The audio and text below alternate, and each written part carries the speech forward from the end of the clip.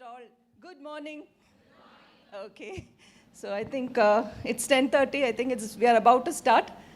So I hope you all didn't have difficulty finding the location, venue.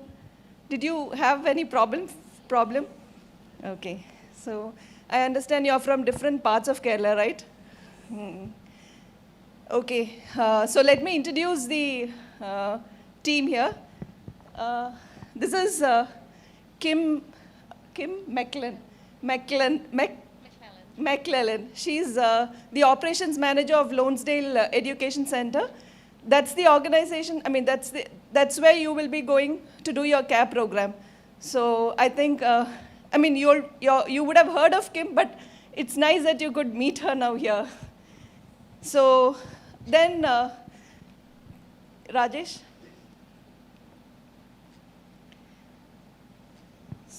This is Rajesh. I know all of you would have heard his name, but first time some of you must be meeting him for the first time. He's a barrister in New Zealand, and RT Law, that's his firm. He's the founder, and he's the all-in-all of RT firm. And anything you want to add? No, welcome. That's all I've got my session later. I'll talk to you. And I know all of you. You would have called him, I don't know, 100 times at least, minimum, right? So this is Jose. Jose is the pillar of strength of RT Law. Jose has been helping Rajesh with all this. And I mean, sometimes, I mean, there's a general complaint that people don't pick up phones, but now you will understand the reason. So every day they'll be receiving 200 calls. So it's impossible to pick all your calls. So, and there's another person. Simon.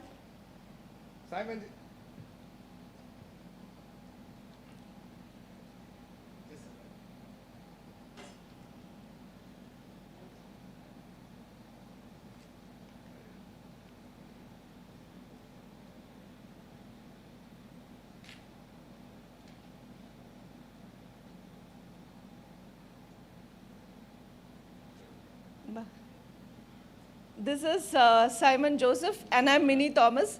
Actually, we support RT Law from here. Some of you would have spoken to me. Especially, I do the visa application forms. I just help Rajesh with that process, both of us. So next time, I mean, I think you'll be calling Simon also in future. So Simon Joseph and myself, Minnie Thomas. And a warm welcome to you all. And I now hand over this. 1 minute. I just got one yeah, minute. Rajesh wants to. Now, they've been telling about the names. So this is Minnie Thomas. This is Simon Joseph. Now, Minnie was a banker. She was with HDFC, and the pressure was too much on her. So she decided to quit the job. And you know, like the banks have targets and all those things. She's done a good run at HDFC, and now she's quit. And she's into some sort of an investment advising and bits and pieces and all those things. This man, he retired as an assistant. He gave his volunteer retirement, and he was an assistant director for the Press Information Bureau of India. He was in Delhi, and he's retired, and he's come, and he's helping me. He's been associated with me from 2007. Yeah, so he's in this business. So he knows, these two know what they're doing as far as the visas are concerned, all right? Now, without, don't want to take much of your time because we got a long day with a lot of things with Kim. So, welcome all. Kia ora, welcome. I'm Kim McClellan. As I was introduced, I've just had a quick round the room, just to have check in and see how what stage of the process you're at. So that gives me a bit of an idea of what we're emphasising and talking a little bit about today. Just want to say welcome to those that are on the live stream as well. We had lots of people yesterday on the live stream, so that was quite a great, day. So hopefully everyone got a lot of information, and maybe some of the people that came yesterday are on the live stream today. So that's pretty exciting.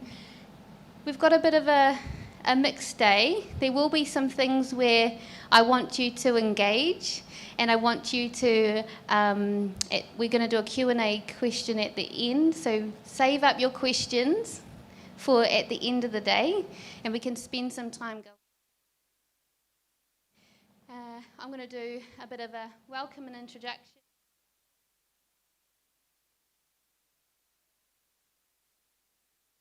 To Te Reo Waitangi, which is Treaty of Waitangi, which some of you would have seen, some of the new online learning in part 1.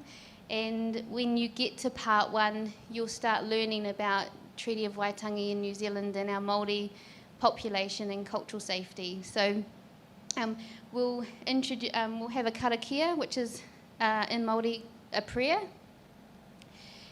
And yeah, we'll go through our program, how it works. Hopefully it helps answer, or you get to understand it and you're not so nervous about coming to New Zealand and doing your CAP course.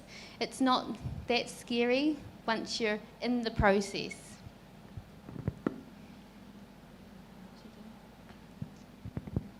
He hōnore, he kororia ki te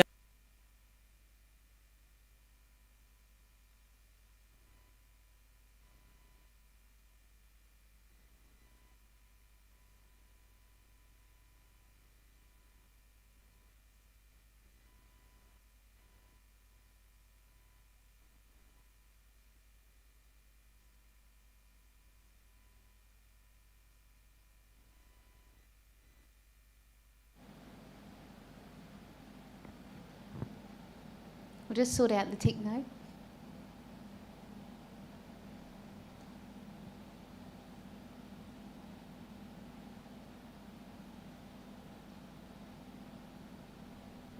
He hōnore, he kororia ki te atua.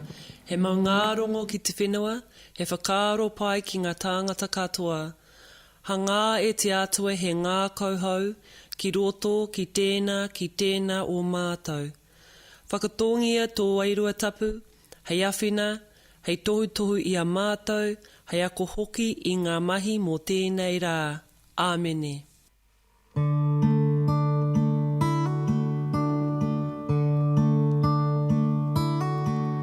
He honore, he kororia, maungarongo ki te whenua. Whakaaro pai e ki ngā tangata katoa. Ake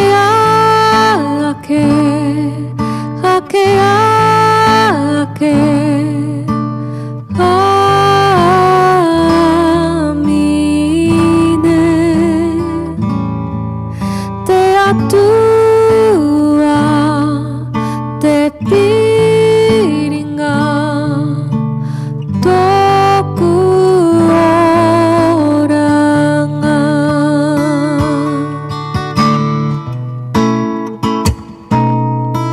He honore, he kororia, maungarongo ki te whenua.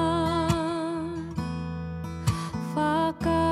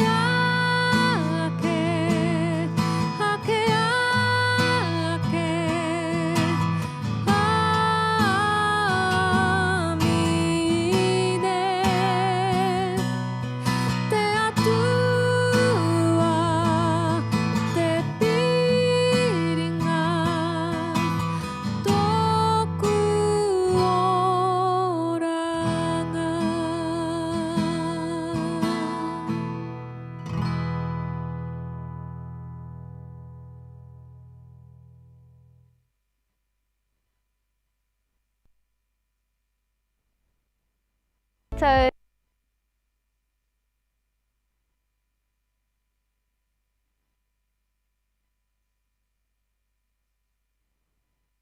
ora tātou, ko Ruapehu te moanga, ko whanganui te awa, no whanganui ahau, ko McClellan tuko whānau, ko Kimberley tuko ingoa.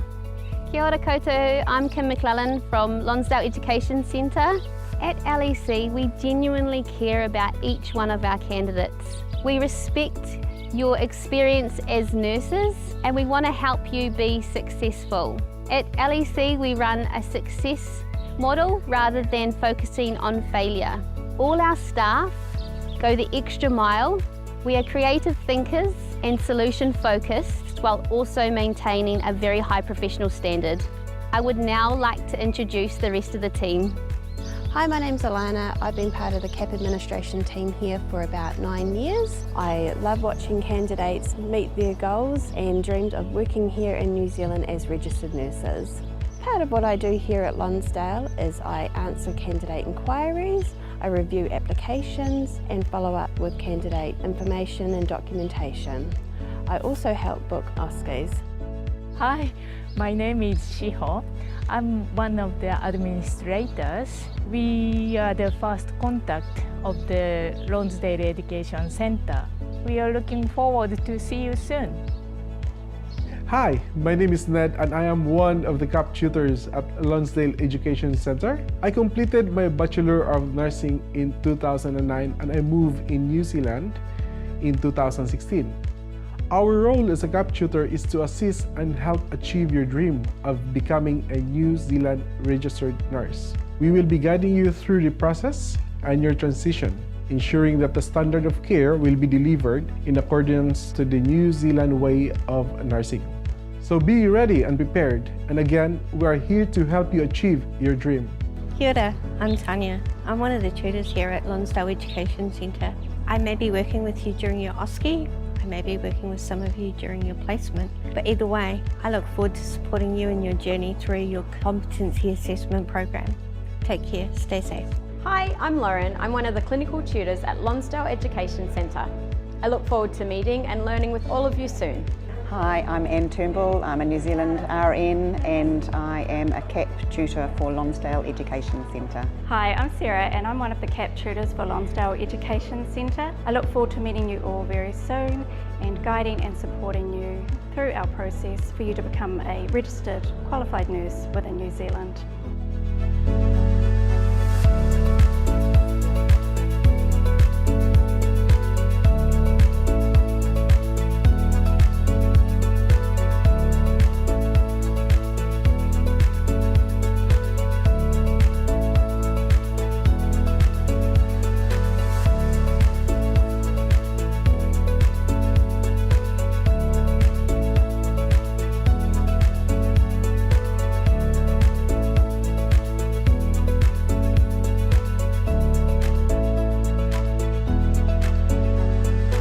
If you or anyone you know is interested in doing a CAP course, please get hold of us at lec.ac.nz. We look forward to seeing your application.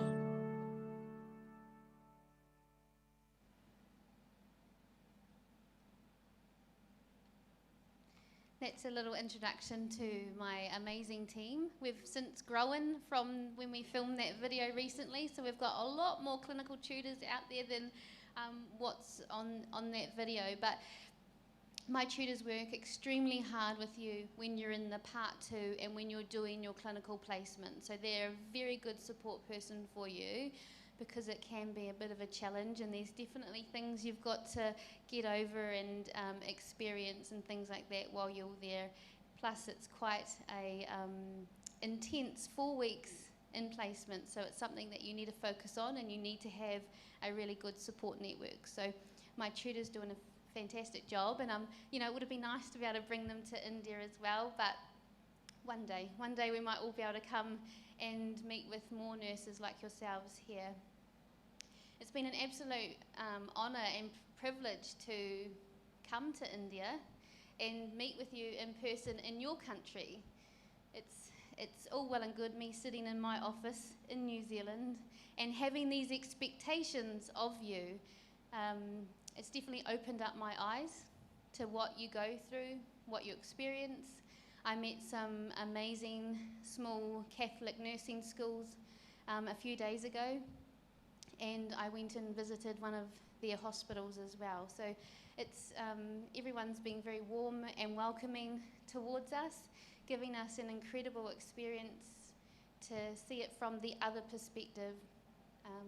We know that you have challenges, and you know you're coming to New Zealand where you're working and speaking in English all the time.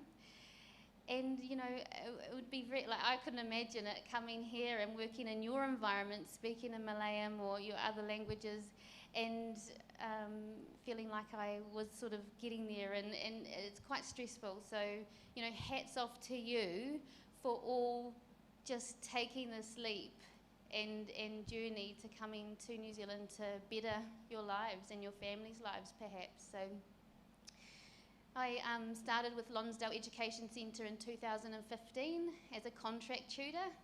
So just like some of my others, I worked part-time, and as I grew into that role and Lonsdale started to grow, I moved into the lead clinical tutor role, and then at the end of last year became the operations manager. So we have a lot of nurses that are coming to New Zealand, which is exciting. We need you desperately, just like anywhere in the world. You've got amazing skills and knowledge that you can bring and share with us. So we respect your skills and knowledge. So just remember, when you do come, you're not student nurses. We respect your skills, and we hope that you can demonstrate and show us as well. As you know, New Zealand has a reputation for providing high-quality healthcare services and for valuing our healthcare professionals, including nurses who play a vital role in our communities.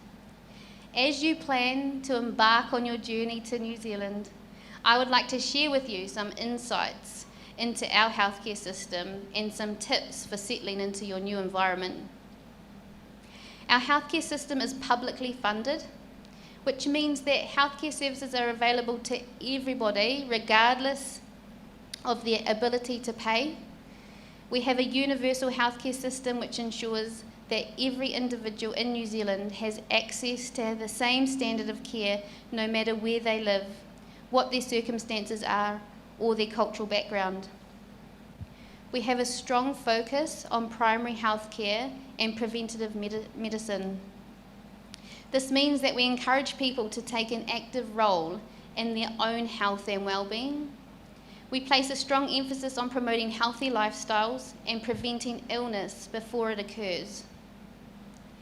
As nurses coming to New Zealand, you'll play a vital role in delivering these healthcare services. You will work alongside other healthcare professionals such as doctors, midwives, allied healthcare professionals to provide the best possible care to our patients. As you settle into your life in New Zealand, I would like to offer you with some tips and advice. Firstly, take the time to explore our beautiful country and its diverse cultures. New Zealand is a multicultural society, and we value diversity and inclusivity. Take the opportunity to learn about our Indigenous culture, including Māori and Te Reo Waitangi, their histories and traditions. So the karakia at the start is a Māori tradition when you start a meeting or a pōwhiri, and it will be something that you get to become aware of more when you come to New Zealand, and you may attend pōwhiris and ceremonies for Māori. Embrace the New Zealand way of life. We are a friendly and welcoming country. We value work-life balance. Take the time to enjoy our outdoor activities such as hiking, skiing, surfing, and experience our vibrant cultural events and festivals. I would like to welcome you once again to today's seminar and wish you all the best as you plan your CAP journey to New Zealand and extend your nursing career here. You have a challenging but rewarding journey ahead of you, and I'm confident that you'll make valuable contribution to our healthcare system and our communities in New Zealand. So welcome. Before I started, I did a bit of a round the room just to see where everyone was at in their journey. I think we've got a lot of very new beginning stages of CAP processing here, which is exciting. We've got a couple of people about to arrive in New Zealand in the next month, which is exciting. Start your clinical placement in your journey. So some of you have done part 1 already, and you'll be familiar with the online learning. So hopefully it's not too boring for you going back through that information, but hopefully you can pick up some hints and tips as well and a refresher before you come to New Zealand. Those that are starting, this is a perfect opportunity for you to understand our CAP course, how it works, and what our expectations are of you.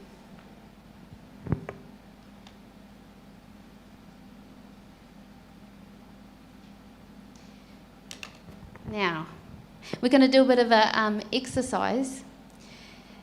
You might just need to listen to the instructions. You should all have a nice little notepad that you've been given. And I want you to tear a piece of paper out of it and then put all your stuff except for a piece of paper and a pen away, because you're going to move around the room, all right? I want to keep the brain active today.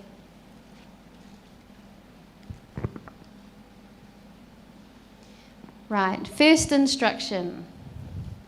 Write your name at the bottom of the piece of paper. All right, write your name at the bottom of the piece of paper.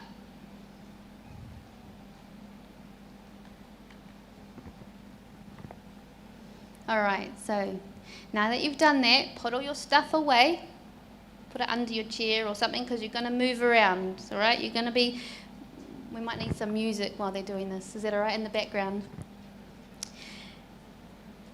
You need to randomly walk around, all right? And when I say stop, the person closest to you, you're going to swap pieces of paper, and then you're going to draw something. And I'll tell you that when we're moving, all right?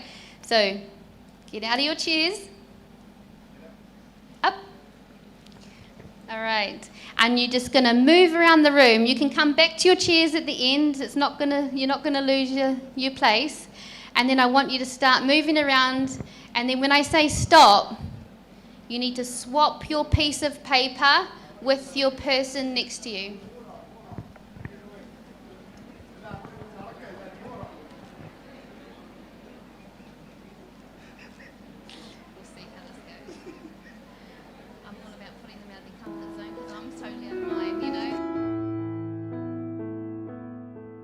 Now, the person closest to you, and if you aren't, just move to someone that's closest to you. All right? Swap your piece of paper, and what I want you to... Swap. Yep. Yep, the one, yep. Now I want you to draw the outline of their face. All right? So just the outline, nothing else, just the outline.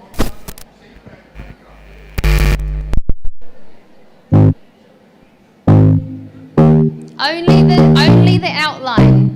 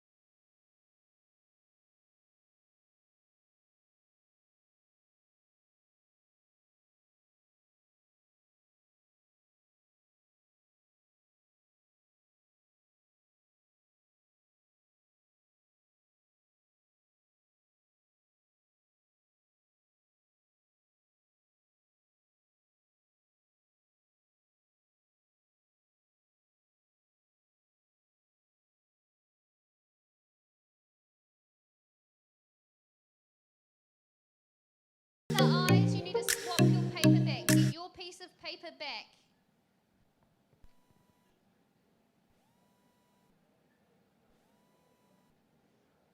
Have you got music? No. All right.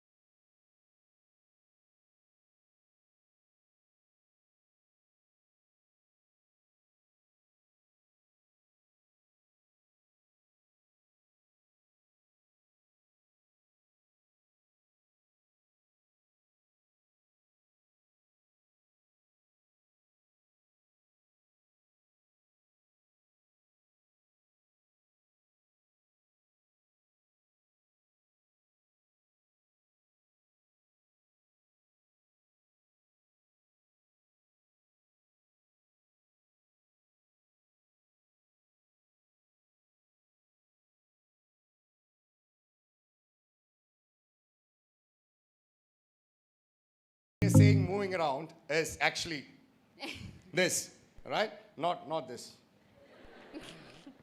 Please move around. Start. Move around. Yep. Move around. I don't want any crowd anywhere. See, again they're doing the same thing. They're all going around.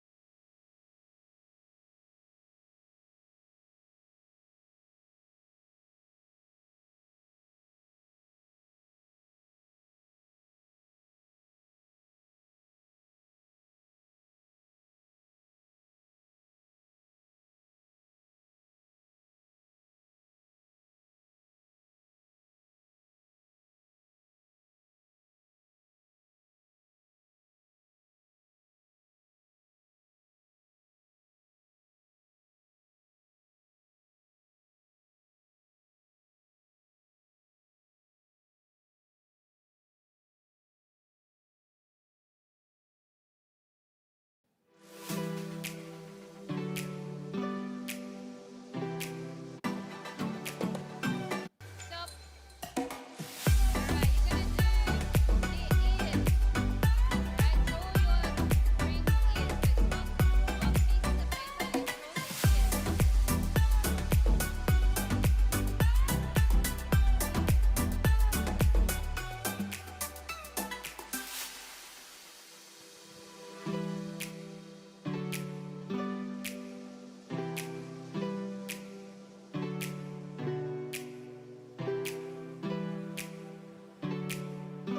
All right, we've got one more round, and then that's it. All right, so swap the paper back, and then move around one more time.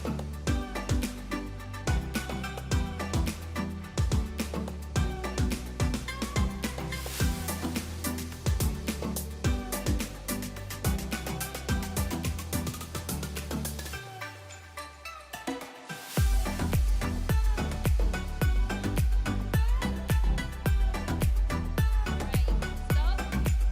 Now you're going to do any facial hair or any accessories like earrings or anything that's different about the person next to you. The finishing touches.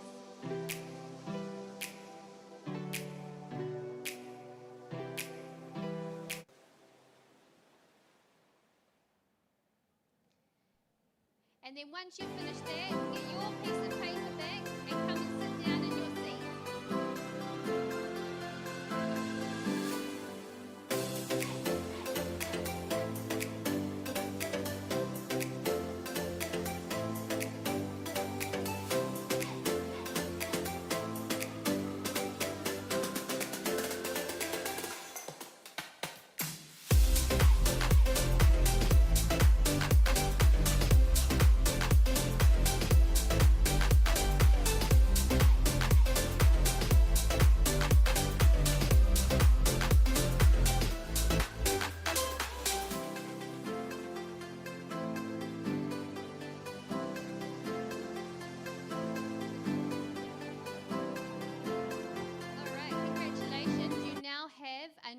portrait of yourself. All right? Some of you didn't quite follow instructions to start with. I think you started doing the whole face initially, but all I said was do the outline of the face, right? So I'm just going to come round and have a look at some of your portraits, all right? You got to show me. Beautiful. Wow. I like the earrings. That's an... Can I just have another? Wow. Oh, that's nice. That's a very nice portrait. Nice. Right, I'm going to skip a couple of rows. Oh, ooh, nice. Good nose. Perfect. Oh, that's not bad, not bad, not bad. You're missing a few details there. I love it, I love it, I love it. Beautiful. That's a new souvenir for you to take home. You can... She looks like a ghost, apparently. I love it. Not bad. There's a nice big one, not little wee ones like this. Tiny little one.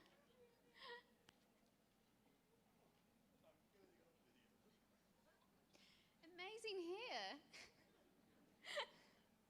Beautiful.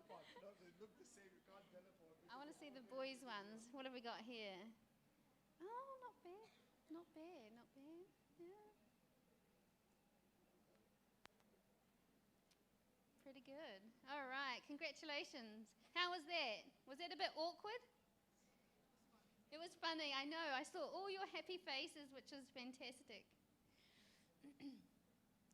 I used to do this in my training back in New Zealand when we used to do face-to-face teaching before we went to COVID. So I thought that would be quite fun to do with you today. Change it up from yesterday's one, which was a little bit different. But if you struggle to understand my instructions, that's something to note around your communication and something that you'll need to work on before you come to New Zealand, all right?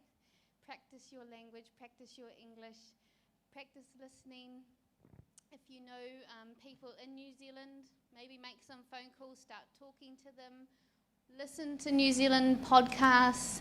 I said to the team yesterday, perhaps you should watch some Shortland Street, which is a soap opera in New Zealand, but don't take the actual health. It's a hospital setting in New Zealand, and they film it in Auckland. But don't take the actual hospital care as gospel. It's reality, TV. It's not real. But they do use some language, healthcare language, which might help you. Alrighty, I'm just gonna try this. We've got Wi-Fi, so that's good. Yesterday I forgot my password, so let's see if it saved it today.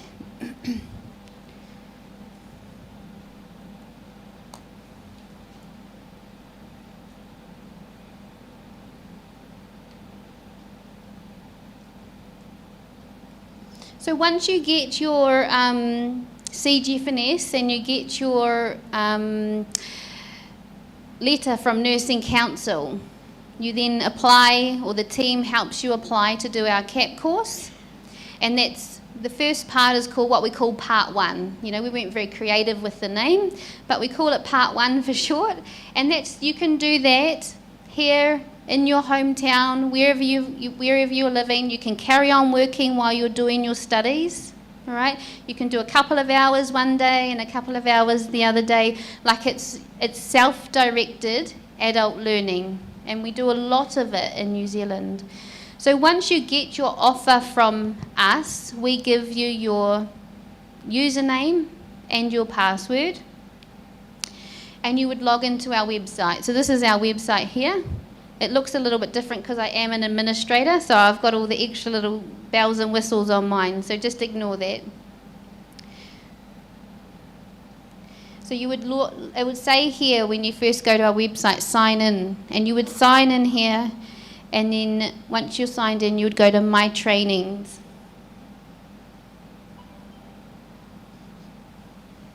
We just have to be patient. It's a little bit slow, but we should hopefully get there today. I've got, because I'm the administrator, just ignore all those, but your one would look something like this: New Zealand Specific Nursing Theory, or Part 1. And you would click on that, and that's where you would start your online learning. Those that did it a few months ago and are in the process, you may have already gone back and had a look. We updated it maybe a month ago. We've put new modules in there. It looks slightly different. When you go in there and it says that you've got 0% or that you failed like me, don't panic, don't worry about it. If you pass the exam at the end and you've got your certificate, then that's fine, all right? It's just old system. We're working on a new one. So this says that I've done 100% completion, but it would be all it'll be all 0% when you start. I highly recommend that if you don't have a good laptop, that you need to get one before you come to New Zealand, or at least get a good Microsoft 365 account that will work in New Zealand. I know some of you have accounts that are associated with like Dubai or somewhere like that, and it doesn't work very well in New Zealand. So you need to, it kind of locks it to the country. So if you need to get a new version when you come to New Zealand or before you come, make sure your version is up to date.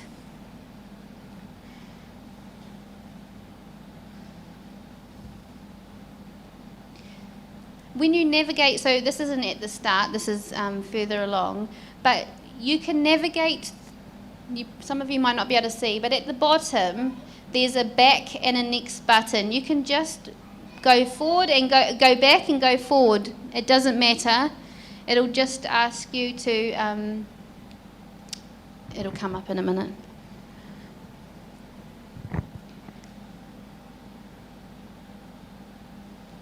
Just to confirm. So I changed and adapted the online learning to be a little bit more easier for you to understand. It's more interactive. There's some activities in there. There's lots of video content.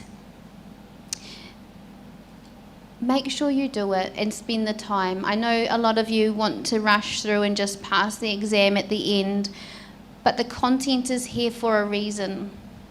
And that reason is to help set you up for the knowledge and understanding of what's expected of you in New Zealand. And it can be quite daunting.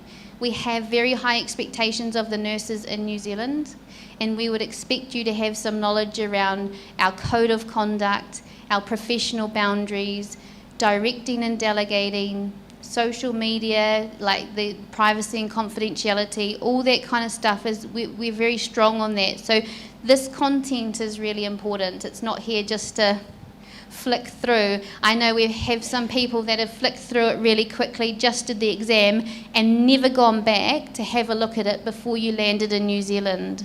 So you can do it, do the exam, but make sure you go back. Sometimes it's like 4 or 5 months but after you've done this, that you come to New Zealand, and so it's forgotten. I mean, I'm the same when I do learning online or I do other professional development. After a few months, we get a little bit, we forget some of the information. So it's important to make sure you go back and revise it before you come. Especially around our cultural competency, our Treaty of Waitangi, which is our Indigenous population in New Zealand. It's very big, and it's highly, it's very expected of nurses to understand it when you're caring for our Māori patients.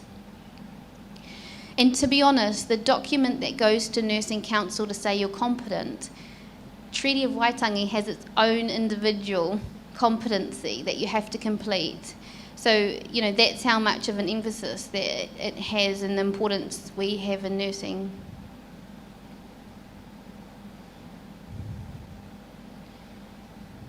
So So I'm just doing a bit of a scroll through so you can have a little bit of an understanding and see, because I know some of you haven't even had access to part 1 yet.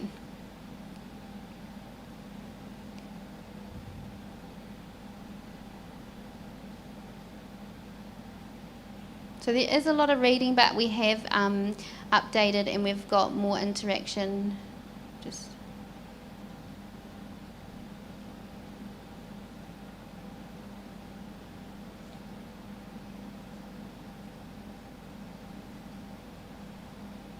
It's good that I can actually show this today. Yesterday I wasn't able to, so.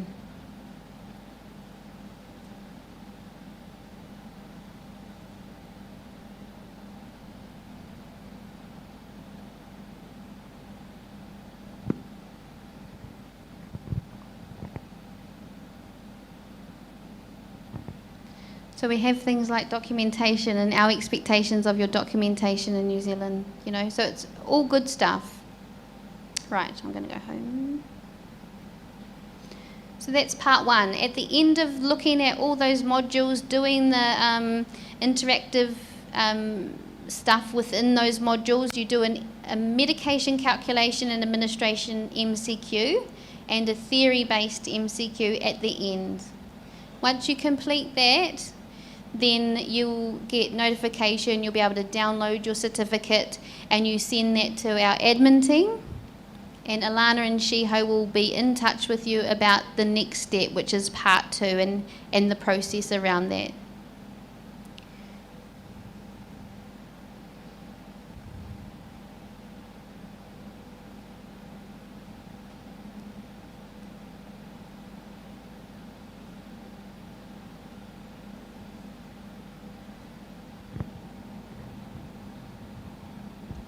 I'm just going to pull out, I've separated cultural competency. So I'm just going to quickly open this up so you can see.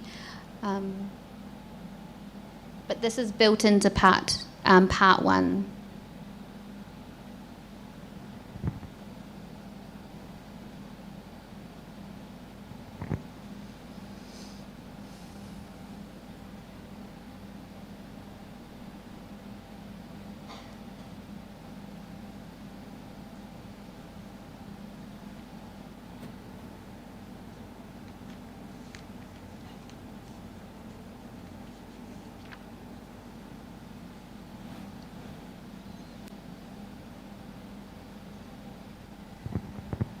It's obviously quite a big one. There's lots of videos and things, but anyway, you get the gist of the online learning. So self-directed, important to take in the information. You can go back many times if you haven't understood something. My team, if you have problems with the actual technology or you've got any questions, send an email to my admin team. And within a few days, they'll get back to you. We get a lot of emails from a lot of nurses, so it's not always instant response. But don't panic. If it says that you've failed, don't worry about it, because most of the time you've passed. It's just the system hasn't quite picked it up. Or you haven't gone through one of the modules properly, and so it's not picking up that you've got to the bottom of the page and you can move on to the next thing, all right? So if it says you failed and you got 80% in your exam, don't worry about it, all right? Just let admin know that you weren't able to, and they'll go in the back door and have a look at what the problem is and fix it for you, all right? So don't panic. We're here to help. Yeah, I think that one. Oh, maybe we're coming.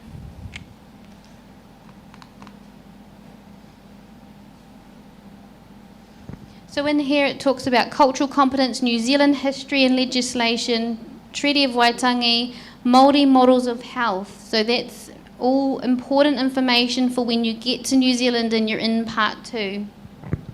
It talks about health literacy, making differences for patients of all culture, and there's a little assessment part of that at the end. All right, so that's part 1. It's not too complicated, but it's just that unknown. So you can do it on your devices, but it's not ideal on your phones. I highly recommend that you do it on a computer.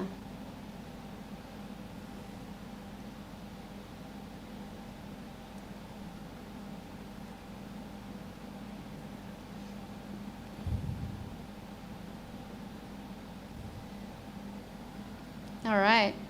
The big one, part 2, when you're coming to New Zealand. The exciting part, when you're actually onbound. I'll just check our time. We've got 15 minutes. So we could start, and then we might have a little bit of a break, have a refresh, because there's a lot of information to take in, and I understand you're probably really listening hard to my language. I'm trying to be really clear because I know some of you are very, it is hard, but this is reality. The way I'm speaking to you is what you'll get when you come to New Zealand, and maybe we speak a little bit faster than I am today. So if you really are struggling to understand me, take that on board and do some work yourself to help prepare you to come to New Zealand. Don't just do nothing and come, and then you'll have problems and challenges when you come to New Zealand. Part 2 is up to 4 weeks in clinical placement. Your first week can be extremely overwhelming for you. It's a very big cultural shock. I had a candidate recently. She wasn't doing that well. She'd come directly from Kerala to New Zealand. Her husband was already living in New Zealand doing another job, not health. And she went into a very acute medical ward. And she said that first day she did not know what she had done to herself. She said the nurses were speaking fast, doctors were asking things, the patients were demanding things from her, and she was like, I don't know what to do. What have I done to myself? Have I done the wrong thing? And so she had a journey to go through. But the key thing for her was she recognised she had a deficit with her communication, and she was willing to put in 100% effort to fix it. So we worked on a plan to help support her communication so that she wasn't struggling. All right, so we will do that. If you're having problems with something in your clinical placement, that's why we have our tutors. They're there to help support you to get over that, and we can put goals in place, learning contracts, things like that, to make sure that you get what you need out of your placement. Okay? But the key is to let us know as soon as possible. Don't wait for the preceptors to tell us. In week 4, they're concerned about your practice because they can't understand you, or they're not sure if you understand them. All right? So if you know there's some struggle with your communication, talk to your tutor about that pretty quickly. During your 4 weeks, you've got quite a bit of assessments to do. So it's quite intense. It goes extremely fast. So you think, oh my gosh, I've got 4 weeks of clinical placement to... Honestly, you're like starting your placement, you're all eager, and then all of a sudden you're finished, and you're like, whoa, where did that time go? We have the domain document, and we'll go into that a little bit more maybe after morning tea. That's the only document that goes to Nursing Council to say that you're safe and competent to practice in New Zealand. So after we've done all our assessments in the background, that document is the only document that goes to Council to say that you can get your registration in New Zealand. Okay? We have what we call a clinical quality initiative assessment during your placement. And that's where we ask you to have a look at a nursing article. So a nursing article, we have lots of variation. That following Monday, your document gets submitted by us to Nursing Council, and within 5 to 10 working days, you'll get your registration.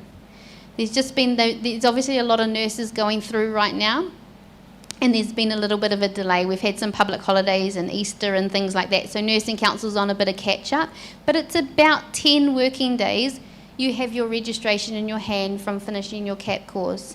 And we pride ourselves at Lonsdale Education Centre about our quick turnover, because we know that there's a lot on the line for you. We know that you've spent a lot of money to come to New Zealand, and it's important for you to start working really quickly. And start working.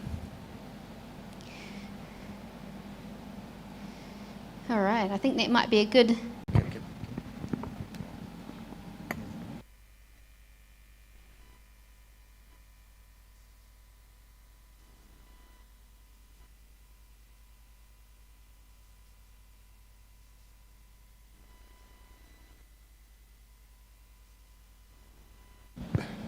The coffee and tea outside and little snacks. So go there. Just before you go, I've seen a lot of boards say tea, coffee, and snakes. Okay, it's spelled as snakes. Tea shops, I've seen boards which says coffee, tea, and snakes. All right? So we got coffee, tea, and snakes for you outside, please.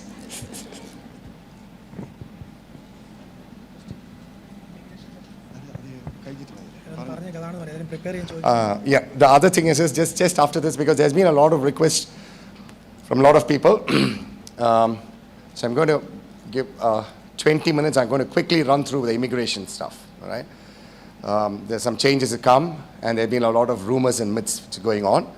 So I just want to clarify all those things. And this part, I think, because it's a lot of people are, I don't know whether the way I'm presenting, they're not able to get the real gist of the thing. So I thought like I'll have a combination of English and Malayalam so that like everybody can understand. All right. So yeah, quickly a coffee and back. And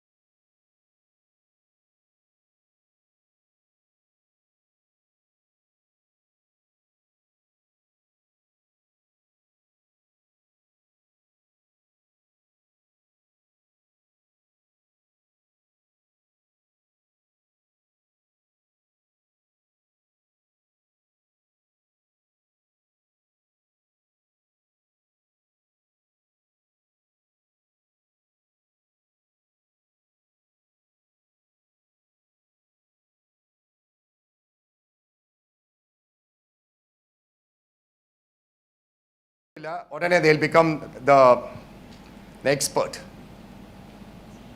Our immigration advice അങ്ങ് തുടങ്ങും. Phone എടുത്തു അടുത്ത ആൾ വിളിക്കും, D ഇത് അറിഞ്ഞോ? അപ്പോൾ എന്നാ വെച്ചാൽ ഞങ്ങൾ എത്ര ഭാഗ്യമെന്നറിയാം ഞങ്ങൾക്ക് കിട്ടി. അതേപോലെ വേറൊരു സ്വഭാവമുണ്ട്. എടി ഞാൻ മിനിങ്ങാന്ന് റെസിഡൻസിക്ക് അപ്ലൈ ചെയ്ത് ഇന്ന് രാവിലെ 6 മണിക്ക് അടിച്ച് കേട്ടോ, ഞാൻ നാളെ കഴിഞ്ഞ് ബിരിയാണി ഉണ്ടാക്കി കൊടുക്കാൻ പോവാം എല്ലാവർക്കും. പാസ്പോർട്ട് വാങ്ങിച്ച് നോക്കിക്കഴിഞ്ഞാൽ അവർ അപ്ലൈ പോലും ചെയ്ത് കാണത്തില്ല. സോ അത് എന്നെ ഐ ഡോണ്ട് നോ നമ്മുടെ നാട്ടുകാർക്ക് എന്നെ ആ സ്വഭാവം എന്ന് എനിക്ക് ഇതുവരെയും മനസ്സിലായിട്ടില്ല. മെറ്റോറെ ഇളക്കണം at any cost. Now coming back, ഈ ഒരു partnership based work visa there was ഒരു അനൗൺസ്മെൻറ്റ് ചെയ്തു ഗവൺമെൻറ് ദാറ്റ് പാർട്ട്നേഴ്സിന് ഓപ്പൺ വർക്ക് വീസ കൊടുക്കത്തില്ല എന്ന് പറഞ്ഞു. റൈറ്റ്. അപ്പോൾ അതിനെപ്പറ്റി ഭയങ്കര issues, there was a lot of uproar. എല്ലാവരും വന്ന് ഭയങ്കര ബഹളം ഉണ്ടാക്കി. They went to the minister and everything. The policy is changed now. Changed in sense, നമ്മൾ ഗ്രീൻ ലിസ്റ്റിലാണെങ്കിൽ നിങ്ങളുടെ ഹസ്ബൻഡിന് അല്ലെങ്കിൽ വൈഫിന് ഓപ്പൺ വർക്ക് വീസ കിട്ടും. റൈറ്റ്. Green list. ഗ്രീൻ ലിസ്റ്റിൽ നഴ്സുമാർ ആദ്യം ഇല്ലായിരുന്നു, പിന്നെ അവർ നഴ്സുമാരെ ആഡ് ചെയ്തു. സോ വിച്ച് മീൻസ് ദാറ്റ് നിങ്ങളുടെ എല്ലാവരെയും പാർട്ട്നേഴ്സിന് ഉറപ്പായിട്ട് വർക്ക് വീസ കിട്ടും, open work visa. Green list ഇല്ലാത്തവർക്കും കിട്ടും. അതാരാന്ന് വെച്ച് കഴിഞ്ഞാൽ somebody who's earning twice the median salary. പറഞ്ഞാൽ ഒരു $70 ആൻഡ് എബവ് പെർ അവർ ഉള്ളത്, അങ്ങനെ ഏതാണ്ട് ഒരു കണക്കാണ്, 58 ഏതാണ്ടോ. അങ്ങനെ ഉള്ളവർക്ക് അവരുടെ ഈവൻ ഗ്രീൻ ലിസ്റ്റിൽ ഇല്ലെങ്കിൽ പോലും അവരുടെ പാർട്ട്നേഴ്സിന് ഓപ്പൺ വർക്ക് വീസ കിട്ടും. റൈറ്റ്. സോ അതാണ്. ബട്ട് ഗ്രീൻ ലിസ്റ്റിൽ ഇല്ല, if your salary is not below 52 or 53 or whatever it is, അവർക്ക് കിട്ടത്തില്ല. Okay, I hope is it clear for everyone? Yeah. Next ചോദിക്കുന്നത് എല്ലാവരും ചോദിക്കുന്നത് there is already another one thing. Permanent residency file ചെയ്യുമ്പോൾ clubbing ഇല്ല, എല്ലാത്തിനും B വേണം. So this is been a big ഇത്. നൗ അത് ഒരു ഗ്രേ ഏരിയ ആണ്. ഗ്രേ ഏരിയ എന്ന് പറഞ്ഞാൽ എന്നാ? Grey area what is meant by grey area? Grey area means അത് ക്ലിയർ അല്ല, വ്യക്തമല്ല, കറക്റ്റായിട്ടുള്ള പോളിസീസ് ഇല്ല. പോളിസി ഉണ്ട്, പക്ഷേ അത് open for changing, like open for, there's a space open for different interpretations. Alright? അപ്പം അതൊരു ഗ്രേ ഏരിയ ആയിട്ട് നിൽക്കുവാണ്. എന്നുവെച്ചാൽ what does the policy says? Requirement, IELTS ഇത് ഇംഗ്ലീഷ് റിക്വയർമെൻറ്റ് IELTSന് 6.5 അല്ലേ? Primary applicant IELTS 6.5. Now ഒരു എക്സാമിന് ഒരു സ്റ്റാൻഡേർഡ് സെറ്റ് ചെയ്യുവാണെങ്കിൽ സിമിലർ എക്സാമിനെല്ലാം അതേ സ്റ്റാൻഡേർഡ് ആയിരിക്കണം. ഇതിവിടെ ആണെങ്കിൽ ഇതിവിടെ ആയിരിക്കണം. അപ്പോൾ 7 എന്ന് പറഞ്ഞു കഴിഞ്ഞാൽ ട്രാൻസ്ലേറ്റ്സ് ടു ബി. ആരുടെ സംസാരിച്ചുകൊണ്ടിരുന്നപ്പോൾ സോ ഞാനിപ്പോൾ പറഞ്ഞു എന്നാന്ന് വെച്ച് കഴിഞ്ഞാൽ നമ്മൾ ഇവിടെ വന്ന് വർക്ക് വിസ കിട്ടുന്ന സമയം കഴിഞ്ഞിട്ട് റെസിഡൻസിക്ക് അപ്ലൈ ചെയ്യുമ്പോൾ നമ്മൾ ഉള്ള സ്കോഴ്സ് വെച്ച് നമ്മൾ അപ്ലൈ ചെയ്യാം. വിസ ഓഫീസർ നോക്കിയിട്ട് പറയുകയാണ് ഇറ്റ്സ് ഓക്കെ എന്ന് പറഞ്ഞാൽ ഓക്കെ, ഇല്ലെങ്കിൽ അപ്പോൾ നിങ്ങൾ എഴുതിയാൽ മതി. Because why do you want to spend your time and effort? You might not need it sometime. So let us make it very, so whatever scores you have, നമുക്ക് വേണ്ടിയത് we are meeting the requirements for nursing council. ആ scores വെച്ചുകൊണ്ട് നമുക്ക് residency apply ചെയ്ത് നോക്കാം. If the visa officer is pedantic, അവരൊന്ന് പറയുകയാണ് ഇല്ല വേണം എന്ന് പറഞ്ഞാൽ അപ്പം നിങ്ങൾക്ക് എഴുതാം. റൈറ്റ്? സോ അതാണ് ഒന്ന്. പ്ലസ് ഈ 6.5 എന്ന് പറഞ്ഞത് ജനറൽ ആണ് IELTSൽ. അത് ഈസിയായിട്ട് നിങ്ങൾക്ക് എഴുതാം. അപ്പം നിങ്ങൾ OET ഫോക്കസ് ചെയ്യുക, അത് പോയി എഴുതിയാൽ മതി. മനസ്സിലായോ? അപ്പം നിങ്ങളുടെ ലെവലിലുള്ളവർ അക്കാഡമിക് അല്ല, അത് ജനറൽ ആണ്. So it's easy for you to get. Right? So there is always space നമുക്കത് ചെയ്യാനായിട്ട്. മെയിൻ സംശയമാണ് ആർട്ടിലോയുടെ സർവീസ് ചാർജ് എന്താണ് ഇത്രയും ഹൈ ആയിട്ട് വരുന്നത് എന്നുള്ളത്. അപ്പോൾ അതൊന്ന് എക്സ്പ്ലെയിൻ ചെയ്യുവാണെങ്കിൽ മറ്റുള്ളവർക്കും അതൊരു ഉപകാരമാവും. Right. See the first and foremost difference, right? ഇവിടെ ഉള്ള എല്ലാ ഏജൻസും they claim to അവർ ഇമിഗ്രേഷൻ അഡ്വൈസേഴ്സ് പോലും അല്ല. അവർ ക്ലെയിം ചെയ്യുന്ന എന്താണെന്ന് വെച്ച് കഴിഞ്ഞാൽ നിങ്ങളുടെ പേരിൽ ഒരു റിയൽമി ID അക്കൗണ്ട് ഉണ്ടാക്കും, എന്നിട്ട് നിങ്ങളാന്ന് പറഞ്ഞാൽ വിസ ഫയൽ ചെയ്യും. വല്ലതും പ്രശ്നം വന്നു കഴിഞ്ഞാൽ മാത്രമേ ഇമിഗ്രേഷൻ അഡ്വൈസിന് അടുത്ത് പോകത്തുള്ളൂ. അതൊരു വലിയൊരു ക്രൈമാണത്. നമ്മൾ ആധാർ കാർഡ് ഡ്യൂപ്ലിക്കേറ്റ് ഉണ്ടാക്കുന്ന എഫക്റ്റാണ് നിങ്ങളുടെ പേരിൽ ഒരു റിയൽമി ID ഉണ്ടാക്കുന്നത്. So it's very serious effect. Right? അപ്പം ഹൗ ഐ ഫങ്ഷൻ, ഞാൻ ഒരു ബാരിസ്റ്ററാണ്. ഞാൻ register of the law society of New Zealand. എനിക്ക് ഒത്തിരി റെസ്ട്രിക്ഷൻസ് ഗൈഡ് ലൈൻസ് ഉണ്ട് ഫ്രം ദ ലോ സൊസൈറ്റി. അതിനെ ബേസ് ചെയ്ത് മാത്രമേ ഞാൻ ചെയ്യത്തുള്ളൂ. സോ ദാറ്റ് ഇസ് വൈ നിങ്ങൾ എന്നായിട്ട് നിങ്ങൾ വിസ ഇടുന്ന സമയം വരുമ്പോഴത്തേക്കും ആരെങ്കിലും ഇപ്പോൾ ഇവിടെ വിസ ഫയലർ ആരൊക്കെയുണ്ട്? ഇപ്പോൾ നിങ്ങൾക്ക് എൻ്റെ അടുത്ത് ഡീൽ ചെയ്തിട്ടുണ്ട്. അപ്പോൾ you know how I deal, right? I'm a very pedantic person. ഞാൻ എല്ലാ ചോദ്യങ്ങളും നോക്കിയാണ് ചെയ്യുന്നത്. അത് കാരണം ഡിലേ വരുന്നുണ്ട്, പക്ഷേ എൻ്റെ പെർഫെക്റ്റ് ആയിരിക്കും. ഐ ഹാവ് 100% സക്സസ് റേറ്റ് ആണ്, touch wood, and I will not allow that to be lost. ഞാൻ I'm called as a trusted source എന്ന് പറഞ്ഞ് എനിക്ക് ഒരു ഇതുണ്ട്, ഇമിഗ്രേഷൻ തന്നിട്ടുണ്ട്. I'm called as a വിളിക്കാനായിട്ട് അവർക്ക്. Right? Now coming back to the cost. അപ്പം ഞാൻ ഡിഫറൻസ് ബിറ്റ്വീൻ അതേഴ്സ് വന്ന് മറ്റവരെല്ലാം ചെയ്യുന്നത് വിസിറ്റേഴ്സ് വിസ അവിടെ നിൽക്കും. ഞാൻ വിസിറ്റേഴ്സ് വിസ അവിടെ നിർത്തുന്നില്ല. അത് കഴിഞ്ഞിട്ട് വർക്ക് വിസ ഉണ്ട്, റെസിഡൻസി ഉണ്ട്. Work visa you have to understand, ഒരു വർക്ക് വിസ അല്ല. നിങ്ങളുടെ ഹസ്ബൻഡിൻ്റെ വർക്ക് വിസ ചെയ്യണം, പിള്ളേരുടെ സ്റ്റുഡൻറ്റ് വിസ ചെയ്യണം. So lot of work involve. അതാരും വെളിയിൽ പറയുന്നില്ല. അത് മറ്റവരതൊന്നും ചെയ്യുന്നില്ല, ഞാനത് ചെയ്യുന്നുണ്ട്. ആൻഡ് അതർ തിങ് ഇസ് ഞങ്ങളുടെ കോസ്റ്റ് എന്ന് പറഞ്ഞാൽ സേസ് നമ്മൾ what is there is what you pay. ഞാൻ നിങ്ങൾക്ക് എല്ലാവർക്കും terms of engagement letter of instruction and terms of engagement തരും. അതിനകത്ത് വളരെ വ്യക്തമായിട്ട് ഞാൻ പറയുന്നുണ്ട് what all I do. So വായിക്കുമ്പോൾ നിങ്ങൾക്കറിയാം. കോസ്റ്റ് വൈസ് നോക്കുകയാണെങ്കിൽ അവർ പറയും 2 ലക്ഷം അല്ലെങ്കിൽ 2.5 ലക്ഷം എന്ന് പറയും. പക്ഷേ ബൈ ദ ടൈം നിങ്ങൾ പ്രോസസ്സ് കഴിയുമ്പോൾ take my word on that, നിങ്ങൾ 4-5 ലക്ഷം കൊടുത്ത് കാണും. ഇതിൻ്റെ 50, അവിടെ 30, ഇവിടെ 20 എന്ന് വാങ്ങിക്കും. നമ്മൾ അങ്ങനെയല്ല.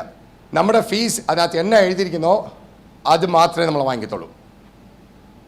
Right? So yes, I'm costly when you look at it, ഒറ്റ നോട്ടം നോക്കുമ്പോൾ. പക്ഷേ when you go into the nitty gritties you will see so much of service I'm giving. So again, CGFNS process ഞാൻ ചെയ്യും. right? എനിക്ക് staff ഉണ്ട്, അവർ ചെയ്യും. പിന്നെ നഴ്സിംഗ് കൗൺസിൽ പ്രോസസ്സ് ഞാൻ ചെയ്യും. So that is 2. പിന്നെ അഡ്മിഷൻ എടുക്കുന്നത്, പിന്നെ വിസിറ്റേഴ്സ് വിസ ഫയൽ ചെയ്യുന്നത് ഫോർ ഹോൾ ഫാമിലി. അത് കഴിഞ്ഞ് work visa for the primary applicants and work visa for the principal. So that 6. And I don't know how many kids you have. അതിന് അവർക്ക് എല്ലാവരെയും ഇത്. അത് കഴിഞ്ഞിട്ട് I also file the residency. അപ്പോൾ ഇതിനകത്ത് ഏത് എന്നാ ഇഷ്യൂ വന്നാലും it is my responsibility resolve and get you through. Right? So that is the difference between me and other agents. So is it clear, Jose? പിന്നെ വേറൊരു കാര്യമുണ്ട്, just to give you an comparison. Lawyer normally in New Zealand എനിക്കിപ്പോൾ 10-12 years ഉണ്ട് post registration experience എന്ന് പറയും. 10 years 12 years ഉള്ള registration ഉള്ള ഒരു വ്യക്തിക്ക് ഞങ്ങളുടെ normal hourly rate is $300. Right? അപ്പം ഞാൻ വർക്ക് ചെയ്യുന്നത് വെച്ച് നോക്കുവാണെങ്കിൽ you will have pay a lot more. ഞാനത് പാക്കേജ് ആക്കിയിട്ട് കുറച്ച് എല്ലാവർക്കും അഫോർഡബിൾ ആയിട്ട് ഉള്ള ഒരു ഫിഗറിലാണ് ഞാൻ ഇപ്പോൾ വർക്ക് ചെയ്തുകൊണ്ടിരിക്കുന്നത്.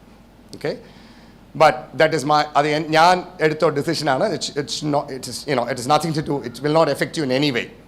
I have decided to take odds on me, right? So എനിക്ക് okay, I will also be open. എൻ്റെത് നമ്പേഴ്സ് ഗെയിമാണ്. ഇത് കുറച്ച് എനിക്ക് ഈവൻ ദ അവലി റേറ്റ് ഞാൻ വെച്ച് ചാർജ് ചെയ്യാൻ നിങ്ങൾക്ക് കുറച്ച് ചാർജ് ചെയ്യുമ്പോൾ I can make it up on the numbers, right? So I'm very transparent. ഇപ്പോൾ നിങ്ങൾക്ക് നോക്കാം, ഈ റൂമിൽ ഇത്രയും പേരുണ്ട്, നിങ്ങൾക്ക് അറിയാം എൻ്റെ ഫീസ് എത്രയാണ്, you can work it out. But the thing, അതിനകത്ത് എനിക്ക് വേറെ എക്സ്പെൻസസ് ഉണ്ട്. I have to pay my pay my staff, this that, tax, ഒത്തിരി ഉണ്ട് എനിക്ക് വേറെ expenses. Alright? So that is as far as my charges are concerned. But only one thing I say is, ഞാൻ പറഞ്ഞാൽ ഞാൻ ചെയ്തിരിക്കും. കുറച്ച് ഡിലേ ആണ് ഞാൻ ചെയ്തിരിക്കും. Now that's another one very important thing. ഞാൻ വിസ ഫയലിങ്ങിൽ എനിക്ക് ഈ സമയം പോകുന്നതിൻ്റെ കാര്യം എന്താണെന്ന് വെച്ച് കഴിഞ്ഞാൽ, ഞാൻ ഒരാൾ ഓൾറെഡി നോക്കും, അത് കഴിഞ്ഞിട്ട് നമ്മുടെ അഡ്മിൻ വേറൊരാൾ ഒന്നുകൂടെ നോക്കും. വിസ ഫയൽ ചെയ്യുന്ന സമയത്ത് വിസ ചെയ്യുന്നത് മിനിയും സൈമണും അവരും നോക്കും. എന്നിട്ട് finally comes to me, the buck stops with me. ആ എക്സ്പ്രഷൻ അർത്ഥം എന്നാണെന്നറിയാവോ? അറിയാവോ എക്സ്പ്രഷൻ അർത്ഥം? The buck stops with me എന്ന് പറഞ്ഞു കഴിഞ്ഞാൽ ഞാനാണ് റെസ്പോൺസിബിൾ. എനിക്കിനി അവനാണ് ഇവനാണെന്ന് എനിക്ക് കൈ ചൂണ്ടാൻ പറ്റില്ല. ഞാൻ something goes wrong, I have to fall, right? അതിനാണ് ബഗ് സ്റ്റോപ്സ് വിത്ത് മീ. അത് എന്നോട് നിൽക്കും. എന്നെ കഴിഞ്ഞ് എനിക്ക് വേറെ ആരുമില്ല പഴി ചാരാനും എസ്കേപ്പ് ആകാനും. സോ അത് കാരണം ഞാൻ ഒന്നുകൂടെ ചെക്ക് ചെയ്യും. അപ്പോഴാണ് മൈന്യൂട്ടസ്റ്റ് ഡീറ്റെയിൽ പിക്കപ്പ് ചെയ്യുന്നത്. ഇപ്പോൾ ഇന്നലെ ഒരു ചെയ്തു, പുള്ളിക്കകത്ത് കുറച്ച് കംപ്ലയിൻ്റ് ഉണ്ട്, പറഞ്ഞ ഡേറ്റ് കഴിഞ്ഞു പോയി എന്ന് പറഞ്ഞ് ഭയങ്കര കംപ്ലയിൻറ്റ് പുള്ളിക്കകത്തേക്ക്. I don't want a name. അപ്പോൾ ഫയൽ എല്ലാം ചെയ്ത് എല്ലാം എടുത്ത് നോക്കിയപ്പോൾ പുള്ളിക്കകത്ത് വെച്ചെങ്കിൽ എല്ലാം പെർഫെക്റ്റ് ആണ്. എടുത്ത് നോക്കി വേർഡ് ഓൾറെഡി 3 പേര് നോക്കിയും കഴിഞ്ഞു. സോ പുള്ളിക്കകത്ത് was very confident everything is right. ഞാൻ ഫയൽ ചെയ്യാൻ തുടങ്ങിയപ്പോൾ കണ്ടപ്പോൾ ഒരു മേജർ മിസ്റ്റേക്ക്. എന്നറിയാമോ? പുള്ളിക്കകത്തിൻ്റെ സി വിയിൽ ഒരു അഡ്രസ്, ഹസ്ബൻഡിൻ്റെ സി വിയിൽ ഒരു address. So which shows that they are not living together. അല്ലേ? ഇപ്പോൾ പോയില്ലേ? ഞാൻ കണ്ണടച്ച് ചെയ്ത് എന്നാ പറ്റിയേനെ?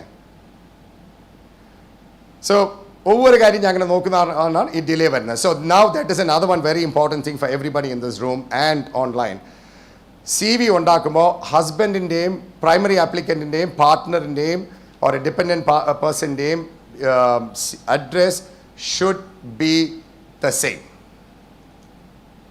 മനസ്സിലായോ? There is no two ways about it. Should be the same. ഹസ്ബൻഡിൻ്റെ വീടാണെങ്കിൽ അഡ്രസ് ആണെങ്കിൽ that will be even better. ചില സൗദിയിൽ താമസിക്കും, അല്ലെങ്കിൽ അവിടെ വേണമെങ്കിൽ അവിടെ same address and then permanent. അത് ഇന്ത്യൻ അഡ്രസ്സിന് കൊടുക്കുന്നത് ഹസ്ബൻഡിൻ്റെ അഡ്രസ്സ് ആയിരിക്കണം. Right? Because obviously you like it or don't like. Feminist, I am also feminist. നമ്മൾ എന്തിനാണ് നമ്മുടെ അഡ്രസ്സ് കൊടുക്കാത്തത് എല്ലാം? But still you can change the tradition overnight, can you? കല്യാണം കഴിച്ച പെണ്ണ് ഹസ്ബൻഡ് വീട്ടിൽ പോകണം, അല്ലേ? So it's like that. എന്നാ ചെയ്യാനാ? നമുക്ക് വിൽ ചേഞ്ച് ദ വേൾഡ്, അല്ലേ? പെട്ടെന്ന് അത് ചേഞ്ച് ആകുന്ന വரைക്കും let us follow what is the tradition, right? So that is very important, right? അത് ഞാൻ കാണുന്നതാണ്. പിന്നെ സോഴ്സ് ഓഫ് ഫണ്ട്, അത് quickly I'll run down, right? Very important, very very very important. No gold loan. പല agent അത് പറയുന്നത് gold loan okay ആണ്. പലരിടത്തുനിന്നും അവിടെ തട്ട് കിട്ടിയിട്ട് ഞങ്ങളുടെ അടുത്ത് വന്നിട്ടുണ്ട്. പിന്നെ ഞങ്ങളിവിടെ തലകുത്തി കിടന്ന് വേണം ആ വീസ ഒന്ന് ശരിയാക്കാനായിട്ട്. വേറെ കാര്യങ്ങൾ ഓർത്തോ, ഒരു പ്രാവശ്യം വീസ റിജക്റ്റ് ആയിട്ടുണ്ടെങ്കിൽ പിന്നെ ആ വീസ രക്ഷിച്ചെടുക്കാൻ ഭയങ്കര പാടാണ്. അപ്പം ഫണ്ടിങ്ങിൽ ഗോൾഡ് ലോൺ പറ്റില്ല, but you can sell the gold. Alright? So when you, അതിൻ്റെ റീസൺ ആർക്കെങ്കിലും പറയാൻ പറ്റുമോ? ഗോൾഡ് ലോൺ പറ്റില്ല, പക്ഷെ ലോൺ സെല് ചെയ്താൽ ഓക്കെ എന്ന് പറയുന്നു. അതിനാ സോറി, പെട്ടെന്ന് നമുക്ക് സമയമില്ല, അവിടെ ക്ലാസ് ഉണ്ട്.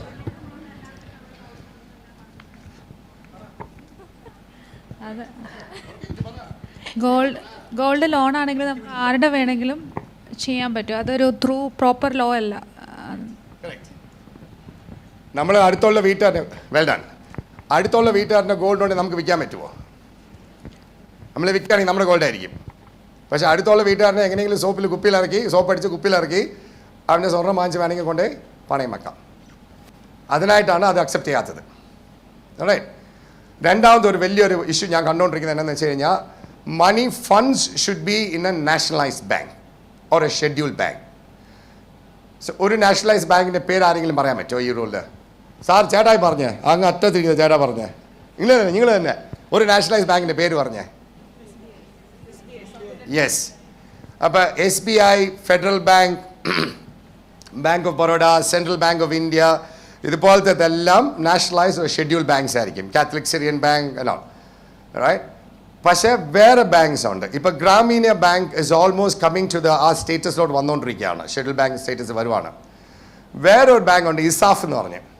ഇസാഫ് ഇപ്പോഴും ഷെഡ്യൂൾഡോ നാഷണലൈസ്ഡോ അല്ല കേട്ടോ. അതിൻ്റെ ചീഫ് ഫിനാൻഷ്യൽ ഓഫീസറെ എനിക്കറിയാം, ഞാൻ അങ്ങനെ ചോദിച്ചു പറഞ്ഞു ഇല്ല എന്ന് പറഞ്ഞായിരുന്നു. ഇസാഫ്, ESAF. സോ ഫണ്ട്സ് കാണിക്കുമ്പോൾ ഇതുപോലത്തെ ഉള്ള നാഷണലൈസ്ഡ് ബാങ്കിലായിരിക്കണം. രണ്ടാമത്തത്, ഏത് ഫണ്ട് ആണെങ്കിലും എനിത്തിങ് എബവ് 1 lakh അത് നമ്മൾ സോഴ്സ് കാണിക്കാൻ പറ്റണം. ക്യാഷ് ട്രാൻസാക്ഷൻസ് പറ്റില്ല. Bank to bank transfer or cheque deposit is fine. Bank to bank ഇപ്പം നിങ്ങളുടെ ബാങ്കിൽ നിന്ന് എൻ്റെ ബാങ്കിലോട്ട് ഇടുവാണെങ്കിൽ ഫസ്റ്റ് നമ്മൾക്ക് രണ്ടുപേർക്കുള്ള റിലേഷൻഷിപ്പ് കാണിക്കണം. അതെ. രണ്ടാമത് നിങ്ങൾക്ക് എങ്ങനെയാണ് പൈസ കിട്ടിയെന്ന് പ്രൂവ് ചെയ്യണം. അതെ.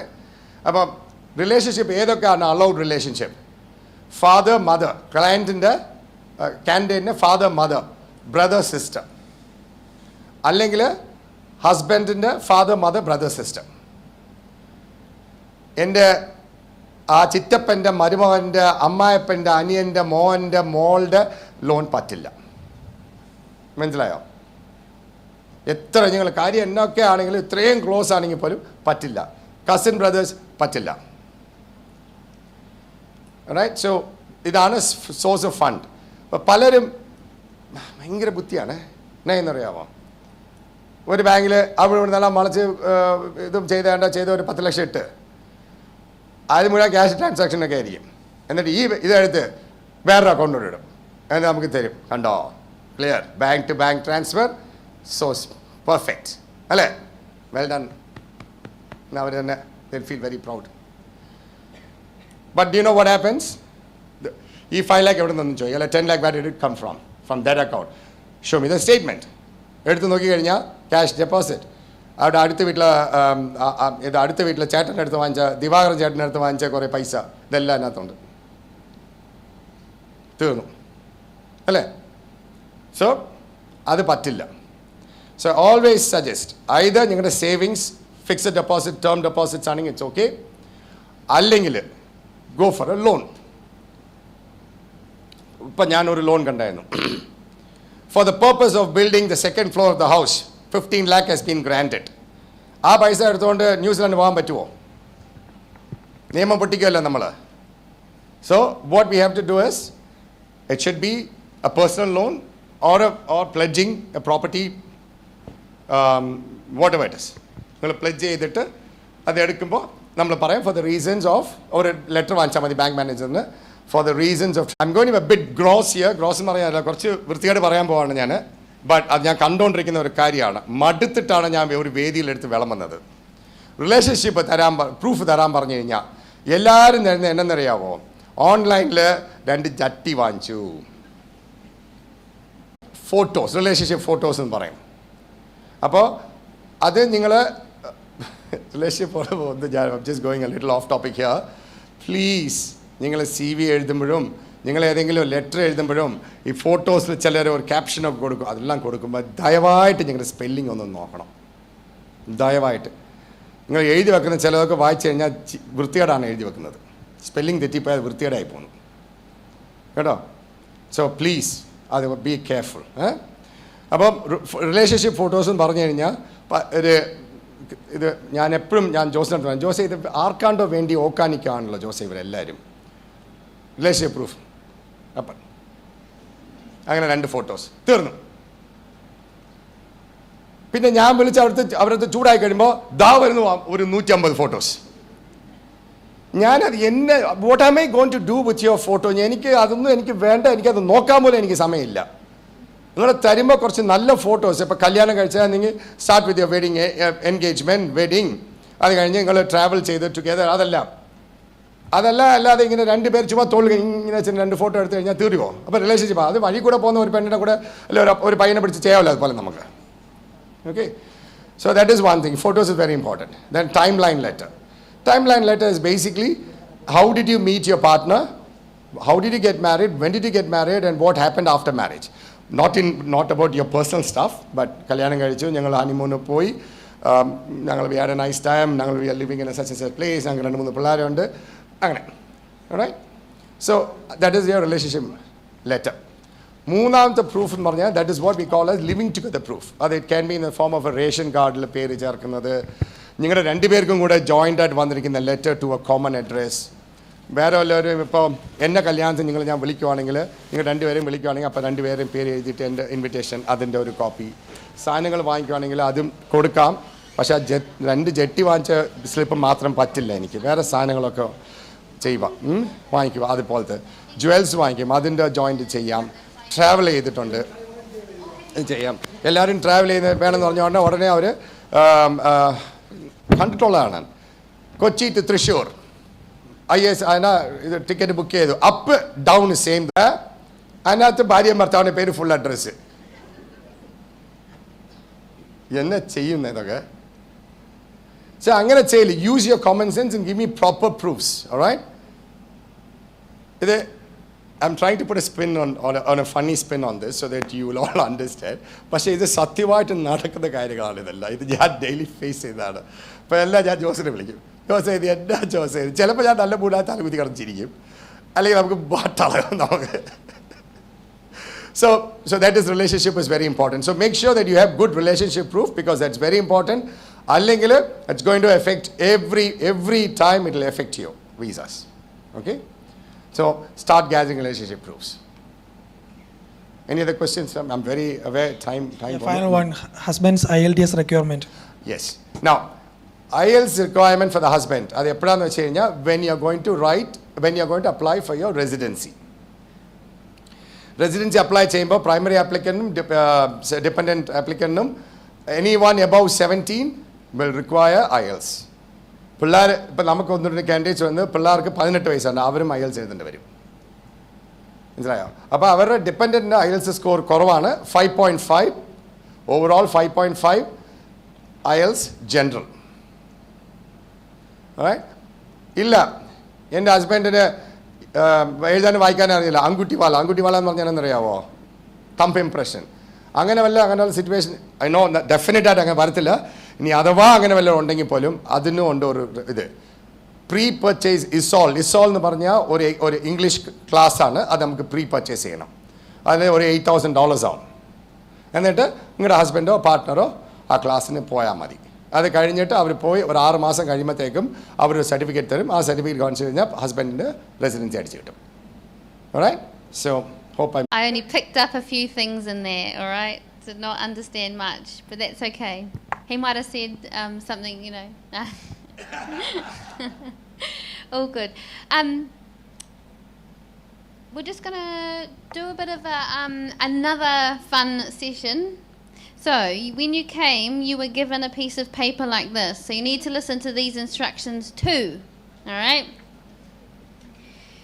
They have printed 5 different tables on here. You need to pick one. All right? So, you just need to go, okay, I'm going to do number 2. So, what you need to do is we'll play some music again. And you're going to just move around the room and you're going to communicate with nurses. And you need to find nurses that fit those boxes. So you might find a nurse that's worked in a rural health setting and they experience, all right? And we've got a couple of prizes for those that complete the full 6. So you're just picking one, all right? One, not all 5. And then move around the room.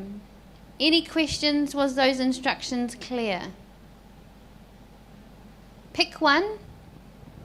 Find some nurses in the room that have this experience in the one that you're doing and get them to sign it. All right?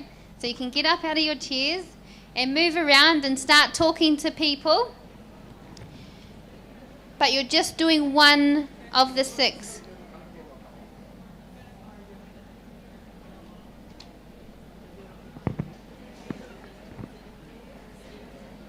നിങ്ങൾക്ക് മറ്റുള്ളവരെ കൊണ്ടും sign ചെയ്യിപ്പിക്കാം നിങ്ങളുടെ പേപ്പറിൽ. അതാണ് അവർ ഉദ്ദേശിച്ചത്. Bingo.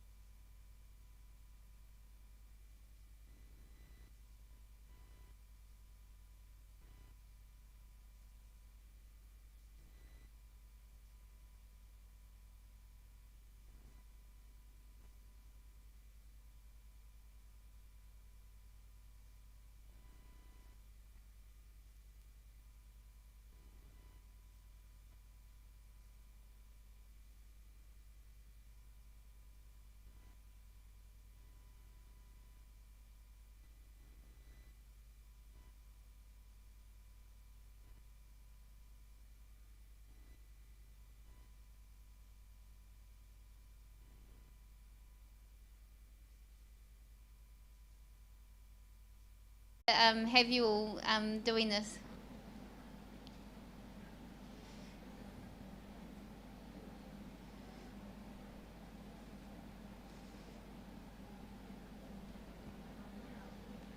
All right, we're just going to talk a little bit more about part 2. I know some of you are coming to New Zealand very soon, and this is quite important for you because you're sort of on that next step and on that next journey. However, the others, it's also good for you to listen and understand as well what that part 2 looks like for you. So as I said earlier, you complete what we call a domain document. Well, the tutors complete the actual document, and I'm just going to see if I can share. This is it. This is the document that goes to Nursing Council to say that you are competent to practice. Now, the CAN name is everyone else. So what I say is when you're on your 4 weeks clinical placement, don't compare your journey with your friends because you might have completely different tutors and the expectations of you might be slightly different. All right, so that's the beauty of working with lots of our lovely tutors. So this is one of the things that you need to gather in. We're coming to New Zealand where we stopped printing our workbooks and we went online. But my friends got a workbook. Why haven't I got a workbook?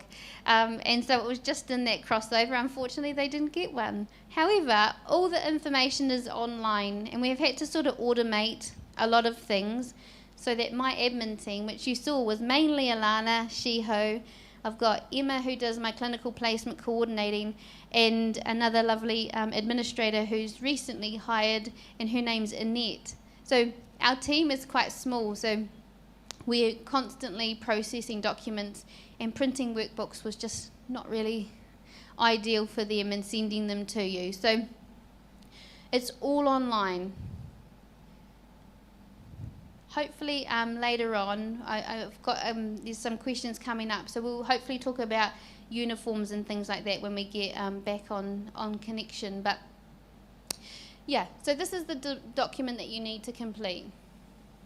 Just go back up.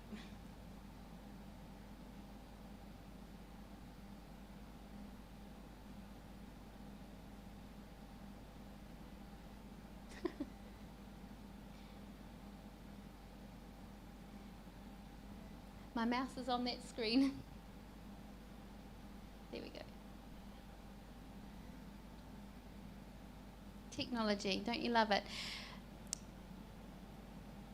So, it's the only evidence that goes to Nursing Council to say that you're safe and competent to practice. All our other assessments is us internally assessing you to check that we're happy to sign our name on that document, because it's our registration. We're all registered nurses, and so we're the ones signing that we're happy that you meet the standards to work in New Zealand. All right, so it's a big deal for us as tutors. We're the ones assessing you.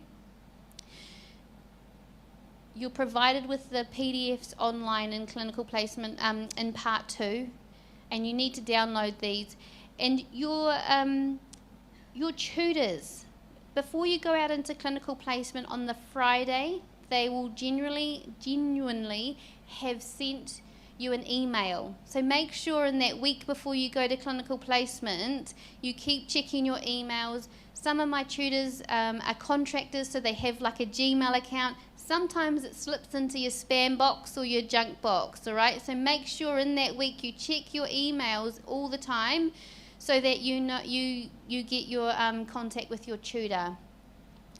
When you get your clinical roster, so that's when you know what shift patterns you're going to get from my tutor, well, actually, you could email your tutor too and just introduce yourself to them and just say, "Hi, Bridget, my name's Asha. I'm starting clinical placement next week. I'm looking forward to working with you."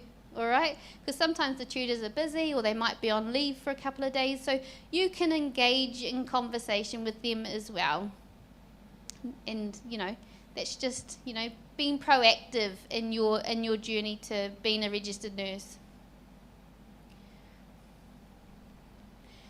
Some tutors, as I said, they all work differently. Some might ask you to complete a daily diary. If you're working with me, sometimes I have to jump in and do some tutoring. I ask you to send me a daily diary on when you're working on shift work. A lot of my tutors don't, but that's just something how I keep track of it. They will ask you to write your examples in each of the allocated spaces in the interactive PDF documents that you will download. They will ask your preceptors, or you need to ask your preceptors to review your examples as well. Plagiarism is really is not a good thing in New Zealand. So there's been a couple of situations where candidates have used other candidates' domain examples. Remember, this is your course, your journey, your experience. So they need to be your examples, and we help you write that. But don't try and use someone else's examples, because you're not getting their registration, you're getting your own, all right? And it just comes down to really good ethics. So no plagiarizing other people's documents. I mean, an example was when a nurse was working in an acute surgical ward in a hospital, and she used some examples that were very clearly an aged care example while talking about working in the village and that. So they did not match, all right? So we can pick these things up. Just use your own examples. It's you presenting yourself to us and to Nursing Council around how you are competent to practice. And you're in regular email communication with your tutor. So they might email you weekly, they might email you daily. You will have, each tutor's different, as I said. Some will have one-on-one Zoom meetings with you. Some might have the whole group that they're looking after in the Zoom meeting. If you will, critical thinking, working within policies is important. Mouse back over this other side. Your full stops, when you send your examples to us, seem to end up at the start of a sentence rather than at the end of the sentence. And same with your commas. And it makes it very hard when you've got lots of full stops and commas for the tutor to go through and fix up your punctuation and grammar. So just bear that in mind. Make sure that you get your punctuation and things like that good before you send it. It just seems to be that, and I don't know whether that's just a computer thing, but it often happens.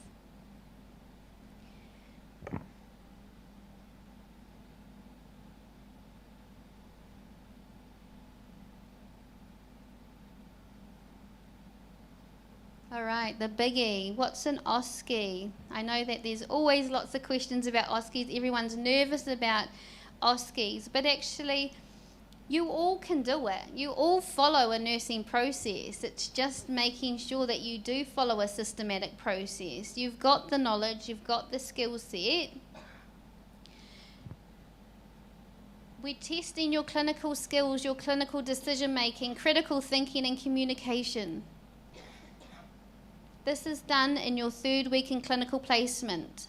We used to do it before you came to New Zealand. But what we found was time zone differences were very difficult. Sometimes you were doing it at 2 a.m. in the morning, which is not ideal for anybody to be up doing an exam or assessment. It gives you the opportunity to have experienced a couple of weeks working in a New Zealand healthcare setting, so that when you do go and do your OSCE, you've got a little bit more knowledge and understanding around the expectations of a nurse here. So we did it. First thing is or diploma. It means that you have theory, knowledge, anatomy, physiology, pharmacology and clinical assessment skills behind you. Preparing for your OSCE, whether it's virtual or face-to-face, is important. Both options comprise of a 30-minute clinical-based scenario. And it really does pretty much go bang on 30 minutes, and it's just the process. Sometimes nurses can get through it quicker, but once you work through all the processes, and we'll go through a scenario shortly, it's about 30 minutes and it's done via Microsoft Teams.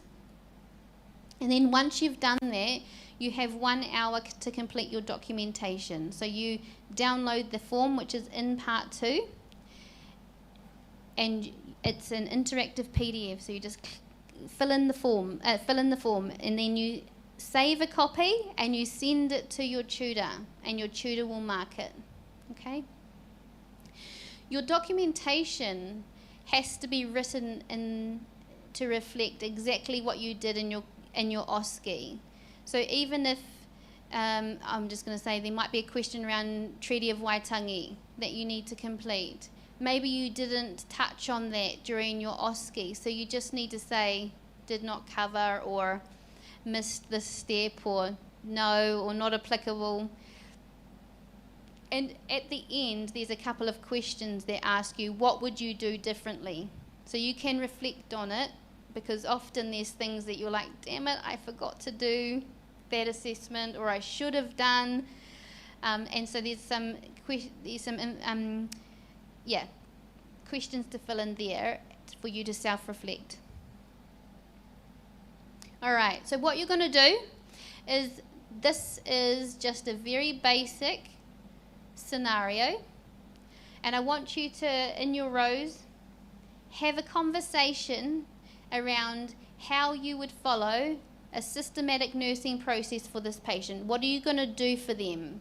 So your patient has a moist cough, is producing green-grey sputum, and has a low-grade fever. So that's your scenario. So I want you to take some time now to chat with your colleagues around how you're going to do your OSCE. All right, we're going to just do a bit of a practice. And then what I'm going to do is I'm going to ask you some questions. So we'll pass the microphone around, and hopefully we'll work through it together. And it's not to put you on the spot, because everyone's feeling the same. It's to help you learn how we like our OSCEs to be run. Okay? So you've got some paper and pens there. You can make some notes. But what I want you to do is think about your process from the start of your first interaction with your patient. All right? So we're going to give you maybe 5 minutes to do that.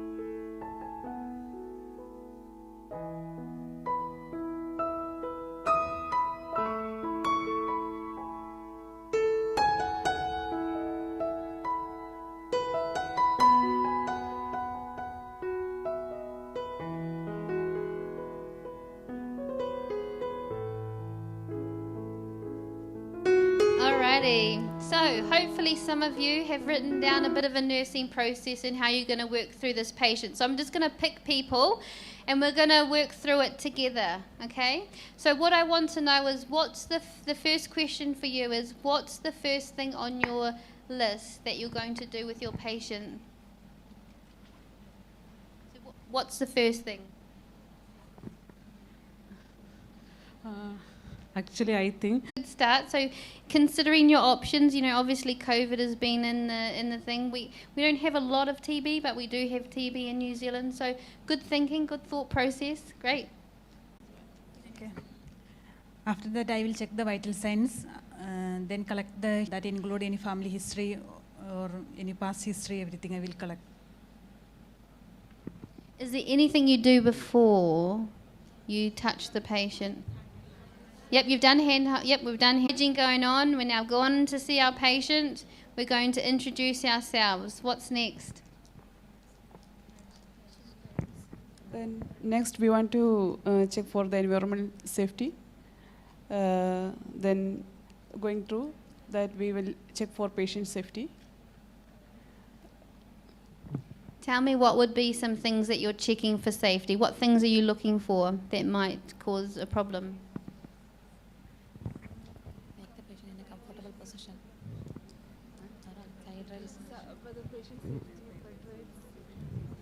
For patient safety, first we will check if the patient is lying safely, if side rails, proper side rails for preventing any fall, for the proper assessment.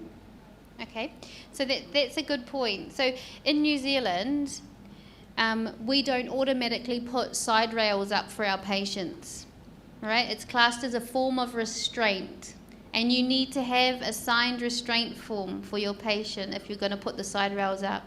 Obviously, if you're transporting that patient down to theatre or on the bed around a hospital, you'll put the side rails up for a short period of time because, you know, they're in a vehicle basically going around the building. But generally, we will not put side rails up for our patients unless there's a signed restraint form. So thank you for that. No, it's good. It's excellent. So we've introduced, we've got ourselves sorted with some PPE. We've introduced ourselves. We've checked for scene safety. What's next? Next, we need to identify the patient. Can ask their name and listen for their reply with their full name if possible. Yep. So if your patient is has got dementia, let's say, how would you check the identity of your patient? Usually there will be a band for the patient hands, so we can check the name from there. So in the New Zealand hospital setting, a public system, they will wear a BRADMA. They have an identifying bracelet. But if it's in aged care, this is their patient's home. So they don't wear a bracelet because, you know, they've lived there for a few years. Yep. So a bracelet's not great. So how else could we identify the patient if the patient, we know the patient... Yeah, ask the patient, but if they've got dementia, then what can we do? How else can we identify the patient? Relative, if they're... Relative? We can ask Yep. the relatives. Or what about people in your team? Colleagues. Yeah. Yeah, so thinking about, you know, that first week in clinical placement and you're unfamiliar with your patients, you don't know them, you're going to ask a lot of questions. Do you know which one's Bob? Because they might all look the same to you, all right? The candidates tell me often, all the patients look the same, you know, so make sure you ask your colleagues, and that's a safety check for yourselves as well. Cool, thank you. We're working down the side of the room, sorry. What's next? After identification, I will provide privacy and do assessment. Great. And how do you provide privacy?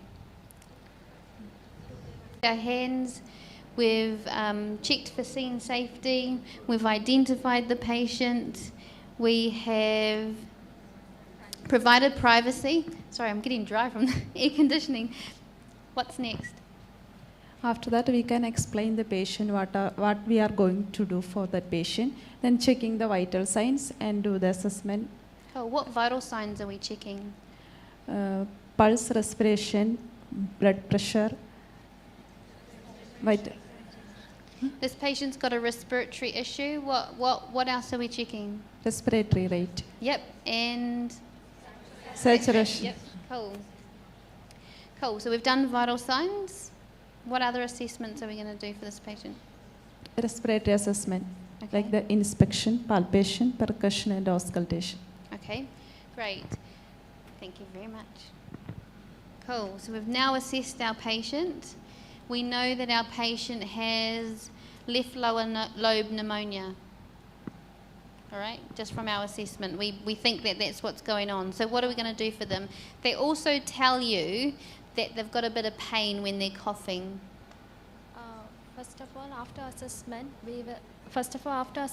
we will give a thanks to our client. After that, I will ask my client what they are expecting. Some kind of patients have some ideas about their conditions, and I will ask them. After that, whatever current findings I found out, I will explain to them.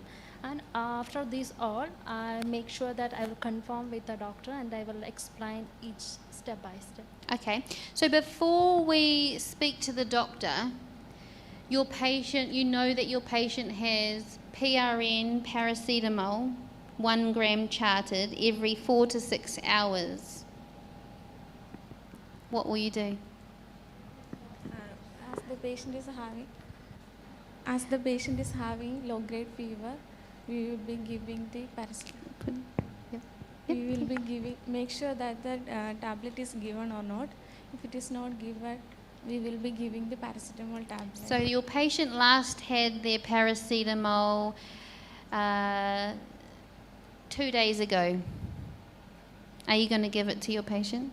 It's PRN and it's charted. Will you give your patient some paracetamol to help make them comfortable? He has low-grade fevers. Yep, and in pain. Yep, that's right. So it's PRN medication. Your patient has a low-grade fever. They're complaining of pain. We missed an assessment. What assessment did we miss? The pain assessment. Yep. Tell me how you do that. For pain assessment, we should ask the patient about the pain according to the pain scale. It's from 1 to 10. And ask them how do you feel the pain according to the score. If it is above 5, the patient is having a moderate pain. And according to the number, the pain is increasing. And if it is below 5, the pain is reducing. So according to the scale, we have to give them the medication. So if your patient's got 2 out of 10 pain, would you give the paracetamol? We should, according to the doctor's order, we have to follow the doctor's order. It's charted. Your patient's in pain. It doesn't matter whether they've got 1 out of 10 pain, 2 out of 10 pain, they're in pain, they've got medication charted, they've got a low-grade fever, you will give the paracetamol. Yes. All right. So, can you tell me how you give medication to your patient? Talk me through a medication process. First, I will ask the patient name, identification with patient, and file also, and check the doctor's order. Then explain to the patient about medication. Yep. And when you're about to give, so you've taken the drugs, you're going to go give the medication to your patient. Tell me what you're going to do before you give it. Right medication, right? Yep. So the 5 rights. So right. What are they? What's the 5 rights? Right patient, right dose, right medication, right frequency. Great. What other checks are we going to do? There's 3 others. 3 Documentation. Right to refuse. Thank you. Cool. Awesome. So our patients had paracetamol. They are, what's next? So we've done our assessment, we've treated the patient, now it's time to... We have to document the medication given. We're going to do something first. Inform the doctor. Yep, we're going to let the doctor know. So we're going to do an ISPAR assessment. Yes. All right? So I'm the doctor. All right? Call me. I have to call the doctor. Hello, doctor. Here Hello. is a patient came with complaints of moist cough and low-grade fever. Is there any need for to send any blood investigations or chest X-ray like that? Can you tell me what your assessment is? What's your assessment of your patient? Assessment. The patient has moist cough and have green or gray color sputum, and the patient is having pain while coughing. What was the pain? What was the patient's pain? 2. Pain score is 2. Patient Yep. having. Cool. And they've got what other things? We took their temperature. They've got a low-grade fever. Low-grade fever. Yep. Low-grade fever. So and you've got to tell the doctor your assessment. All right. Okay. You also auscultated the lung, and we noted possible left lower lobe pneumonia. So you would tell your doctor that as well. I think, or I'm suspecting, this patient has maybe a left lower lobe pneumonia. All right. Obviously, we're not diagnosing, but we can actually, advise the doctor this is what we think. Especially in an aged care environment where you work with your patients all the time, and you know them, you know that they're deteriorating, you know that there's something going on. You've done your assessment skills, so be confident in your assessment skills. All right. Be confident in also telling the doctor what you think is wrong. You could be wrong. I mean, it's fine. We all have this understanding, but you can say, look, I think the patient might have this. This is what I've done for them. What else would you like me to do? Would you like me to send a sample off to the lab? Maybe. So we're the drivers here, right? We're the nurses. We're the ones, telling the doctors sometimes what to do. All right, so we've done our assessment.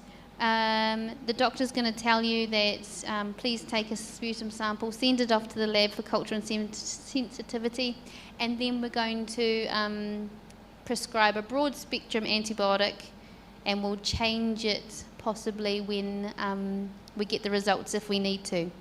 Cool. So we've completed our ISPA with our doctor. What's next? Follow-up appointment. Follow-up appointment, possibly. Yep. So we've so this might be an 84-year-old male patient who's got left lower lobe pneumonia. We're going to treat them with antibiotics. Who might we tell about this problem? Family. Maybe the family. We might pick up the phone and we might contact the patient's enduring power of attorney. All right, so I'm the patient's daughter. My name's Kim. All right, do you want to give me a call? You call me as if you're on the phone. You're the nurse, all right? You're going to call me and tell me what's happened with my dad today. Can you pull it together? Who can do it?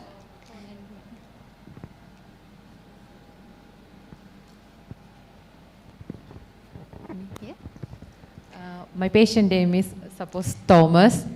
Hello, am I talking to Thomas' relative? Yes, I'm Kim, his daughter. Okay, hello Kim. I'm just informing about Thomas' condition because we noticed that he has green sputum and a low-grade fever today. Along with some other symptoms, he has lower back pain, and we already given paracetamol, and now he's okay, but doctor has advised him to start some broad-spectrum antibiotic, and today we are going to start that one. Is that okay with you? So I just want informing you about his condition. Is he going to need to go to the hospital? Is he going to be okay? Actually, he's okay in the hospital. He's comfortable. If you are willing to do it in the hospital, we are really okay to provide that one. Otherwise, we are arranging a nurse in the room for your convenience. Okay. Is it okay for you? Yeah, that's fine. I finish work at 5 o'clock today, so I'll come and see him before I go home. Of course, we will make arrangement for that one. Is there anything that I can bring for him? Actually, I'm sorry to inform you that according to our policy, we cannot allow any outside food. Oh, Ooh, this is a good one. I like this one. Why? Because it's But he likes my I'm just trying to think of something I've had recently in India. Beautiful food. He likes my curry that I cook. I really appreciate that one because try to understand that he has now some symptoms. So doctor, firstly I will talk to the doctor. So we will make the decision regarding that one. Is that okay? Interesting. Is that the case in India that you can't take food into a hospital? No. Different in New Zealand. You'll see in a hospital setting families rocking up with KFC buckets and food, and they'll be bringing it in with them. So, that's part of working in Te Tere o Waitangi, a Treaty of Waitangi. It's about whānau, and food is part of that. And a lot of patients' family members will probably bring in food. So you're allowed to bring in food in hospitals, and quite often families, like in an aged care environment, they might bring their family like fruit or sweets or something like that. They might bring in like their favourite drink. They might like lemonade because the rest home only has the budget version, but they like the 7-Up or something like that. So that's really good. Thank you for that. So yes, they can bring in food in New Zealand. All right, so we've let the family know. What are we going to do next? It's yours. Actually, we informed everything to the family. And now we can give some health education also, follow-up and all. Cool. What kind of education would you give this patient? As he's having the temperature, we can instruct him take the paracetamol according to that. We will inform them how much we have to take, how long you have to take, like that. If you feel any discomfort or any inconvenience, you can contact immediately to the hospital. Yeah. Okay. Yeah. Cool. So we've provided what other what other education could we give that patient? Because he's got green-grey sputum. Actually, he's having this coughing problem. So we will advise him to take hot water, try to avoid cold water and all, cold items. And do we just tell him to swallow the spit, or do we try and get him to expectorate it? Try to split it out, but don't vigorously. If you are doing vigorously, there will be a trauma to happen. Try to make it very smoothly, that one.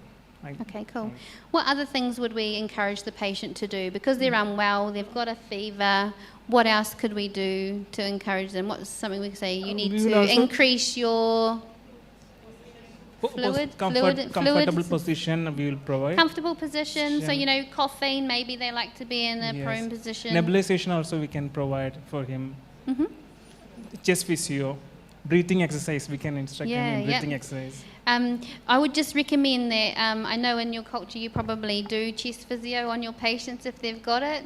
Just make sure you ask permission from your patients, because going in and starting to whack their back, just ask permission first. Yes. But they might like it, it may help them. I know with children and things with like cystic fibrosis, chest physio is really helpful for them. So thank you. All right. So what's the final thing that we need to make sure we do? Documentation. Cool. So what, where are we documenting? What all are the things we did for the patient, what all are the assessment we did, and what are the medication we given to the patient, all the things we need to document. Okay, cool. And also in our documentation, so we gave paracetamol. Is there something that we're going to go back and do for our patient before we finish our notes? Reassessment, that's correct. So what are we reassessing? Pain and fever? Yeah, great. Awesome. Well done. So I think we got there in the end. I'm going to go around this way. All right. So that's an OSCE. That's following a nursing process. That's all you have to do. All right? Obviously, your assessment is relevant to your patient. If your patient's complaining of abdominal pain, there's no reason why you need to necessarily be doing a respiratory assessment. All right? So you can do a focused assessment on your patient.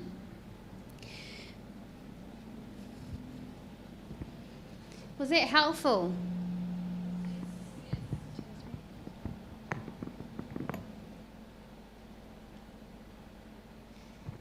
Does it still sound scary, your OSCE? Or have you got a much better idea of what we're expecting of you? So it's a role play. Your tutor has the scenario. They will be your patient. A bit like when I said, right, I'm the doctor, call me. All right? That's what your tutor's going to do. They're the ones that they change their role. You don't change your role. You remain the registered nurse showing us your, all right? So it is a role play, and we're wanting you to work through your nursing process. If your tutor says, sometimes they might do little hints for you. So if they keep saying, is there any other assessment that you might want to do? Maybe you've forgotten one. Or if your patient keeps saying, oh, I'm in pain, ow, the pain really hurts. Take that as a hint. Your tutor's trying to tell you something. Check the patient's pain or treat it. Yeah, if they've got medication chart, go and check it. Say, I'm going to go and check the medication chart, see if my patient's got any pain relief charted or anything that I can give before I contact the doctor, because the doctor's going to want to know that you've actually done something for the patient. They're not going to want you to call them straight away and go, oh, my patient's coughing and they've got green sputum. And they're going to go, yep, and what have you done about it? What's your assessment? What do you think's going on for your patient?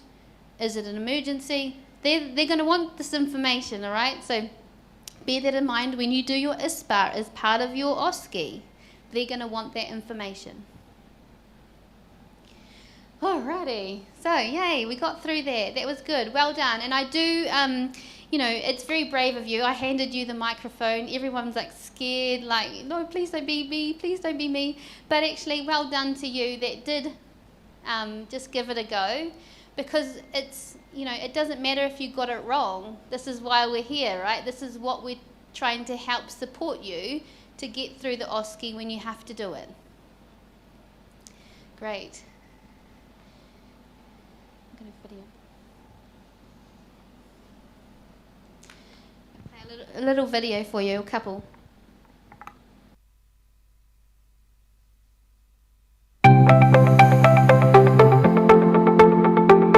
New Zealand is known for its high-quality healthcare system, which is well respected around the world. Nurses who work in New Zealand have the opportunity to provide care that is of the highest standard and to work alongside highly skilled and experienced healthcare professionals. New Zealand is a diverse and multicultural society with a rich cultural heritage that is celebrated and valued. Nurses who work in New Zealand have the opportunity to work with patients from a wide range of cultural backgrounds and to learn about and respect different customs, beliefs and practices. It is a beautiful and welcoming country with stunning natural scenery and a friendly and welcoming culture. Nurses who work in New Zealand have the opportunity to enjoy a high quality of life with access to a range of outdoor activities and cultural experiences. New Zealand is a country that values ongoing learning and development, and nurses who work here have access to a wide range of professional development opportunities. This can include training courses, conferences and networking events. Nurses who work in New Zealand are part of a supportive and collaborative work environment where teamwork and mutual respect are highly valued. Nurses have the opportunity to work alongside colleagues who are passionate about providing the best possible care to patients and to contribute to a positive and supportive workplace culture.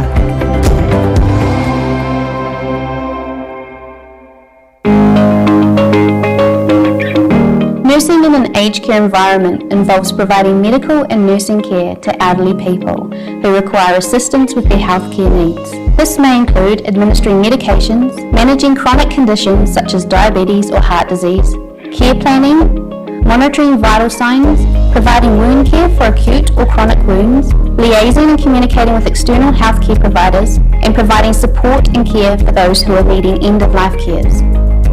Nurses working in aged care work closely with other healthcare professionals such as doctors, diversional therapists, physiotherapists, occupational therapists, and social workers to provide comprehensive care for their residents.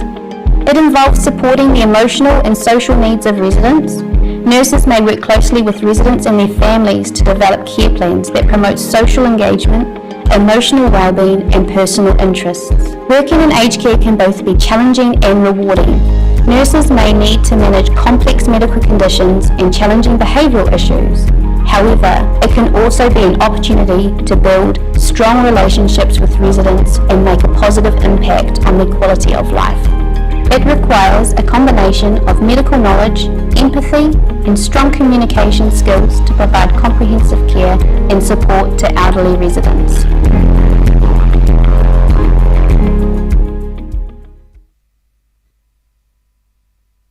Alrighty, so that's a little bit of a taster of what our healthcare settings look like. So that first video was done in Te Whatu Ora, their DHB. So I'm calling them both because I know you guys are familiar with the word DHB. It's our public health system, our big hospitals. But it's now recently changed its name, given a Māori name. Some of the DHBs have emerged into, I think there's 3 of them across New Zealand now. So they've merged into they've gone from 20 different DHBs to like 3 or under 3 umbrellas.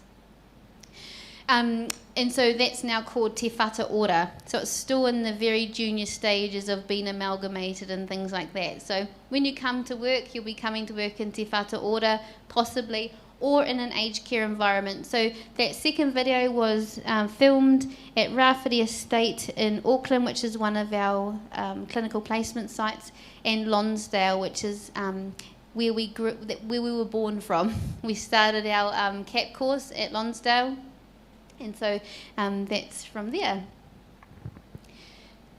Placements can be in many different areas. If you get given a placement in an aged care environment, but your passion is in hemodialysis or you're an operating theatre nurse, don't see it as a negative. We don't have, and we haven't had a lot of Te Whatu Ora placements in the past. We've got a lot at the moment because the vacancies are high and you are helping fill those vacancies. We might start seeing a bit of a shift soon where not all our candidates can go into placements in a Te Whatu Ora environment and they have to work in an aged care environment. But working in aged care is a really good way to get yourself grounded. It's not as fast-paced. You're communicating with your patients on a different level, and it just gives you insight into another area of nursing in New Zealand. And the beauty of working here in New Zealand is that you can change career paths. You don't have to go, well, I'm only an ICU nurse. Cool. You don't have to be an ICU nurse forever. You could change because you might fall in love with mental health, or you might fall in love with aged care, for instance. So you don't. That's the good thing about New Zealand, is you don't have to stay in a specialised area forever. Placement preferences are not always possible, just based on timing, what's available at the time. We're always competing with the undergraduate nurses, the Bachelor of Nursing students, so they take priority in New Zealand for some of our hospital settings, because first and foremost, we're about building our own nurses first, and then we bring in you guys to help fill the gaps. So not always can we put you in that placement. So just be flexible in your thinking and mindset around where you're going to get a placement in New Zealand. And it can be anywhere across New Zealand. So one thing that you might have, those that are coming to New Zealand soon, may have received an email recently where we said to you, please consider leaving your family at home for the 4 weeks that you do your clinical placement. And that's not because we're just trying to make it difficult for you. We understand it would be very difficult for me to leave, or has been difficult leaving my family at home to come on this trip. But a lot of work goes into it. There's a lot that we expect of you, and you need 100% focus on those 4 weeks. You don't need sick children. You don't need accommodation issues. What you need is to be able to get on with your clinical placement, and then once you've completed your CAP course, bring your family by all means. That's what that's the goal at the end of the day.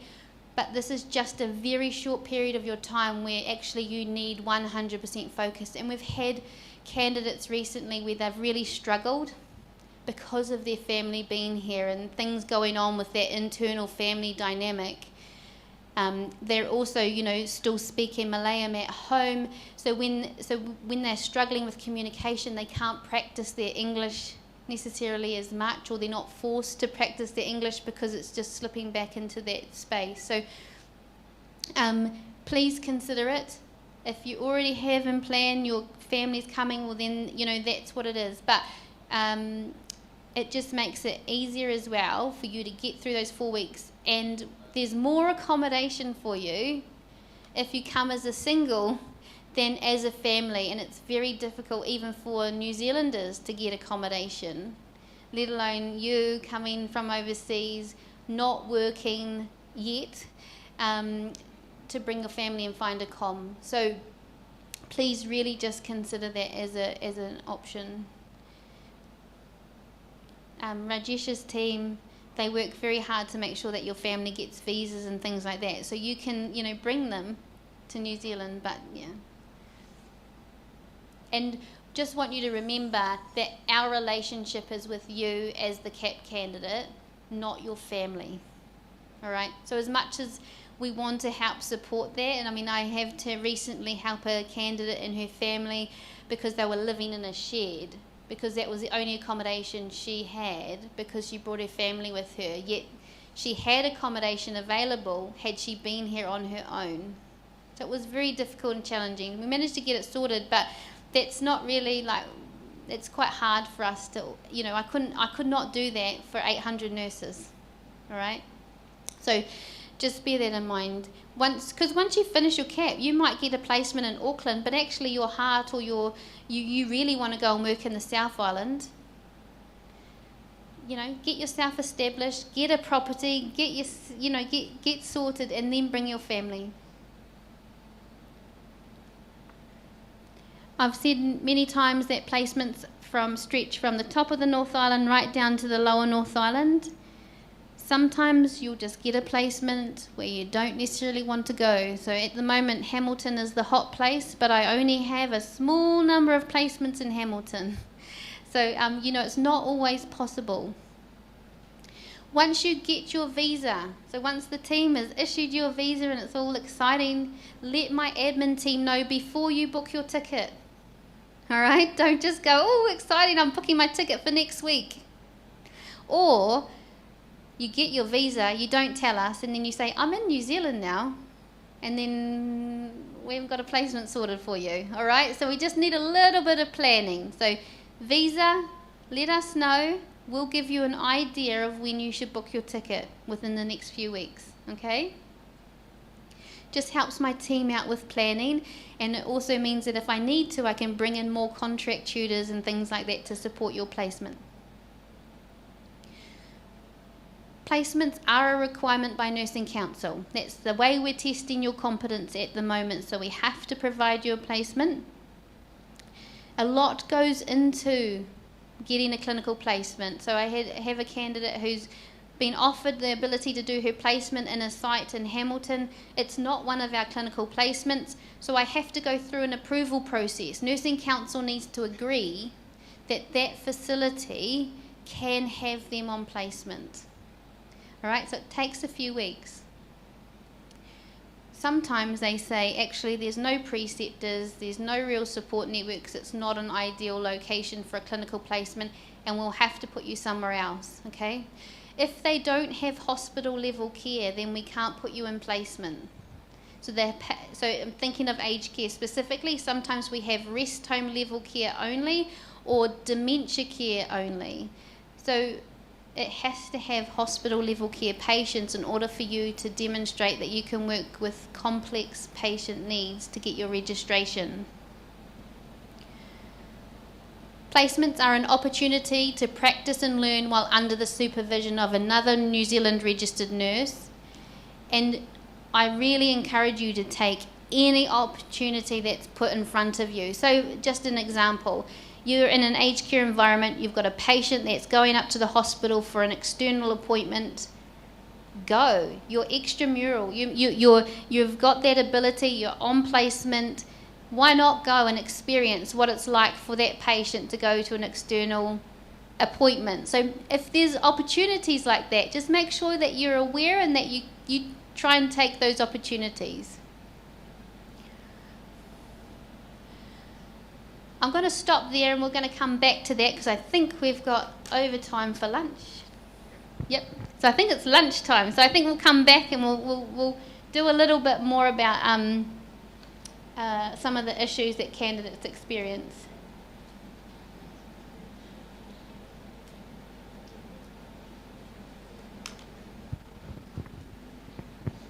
Do you need to say anything about lunch?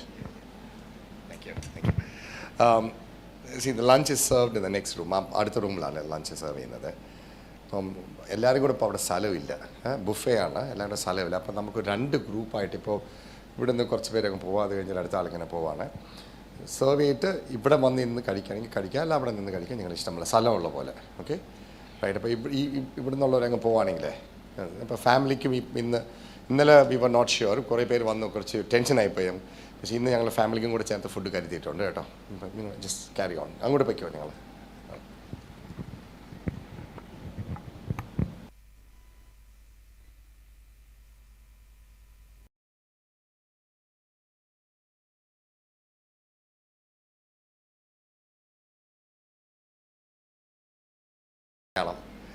നിങ്ങളൊക്കെ എങ്ങനെയാണ് അവിടെ വന്ന് practice ചെയ്യാൻ പോകുന്നത് നേഴ്സായിട്ട്? എനിക്കറിഞ്ഞൂടാ. I മാത്രം sit, you മാത്രം stand. Go and marry the cow and rotate it. അതെന്നറിയാവോ? Go and marry the cow and rotate it. അതെന്നറിയാവോ? ആർക്കെങ്കിലും പറയാൻ പറ്റുമോ?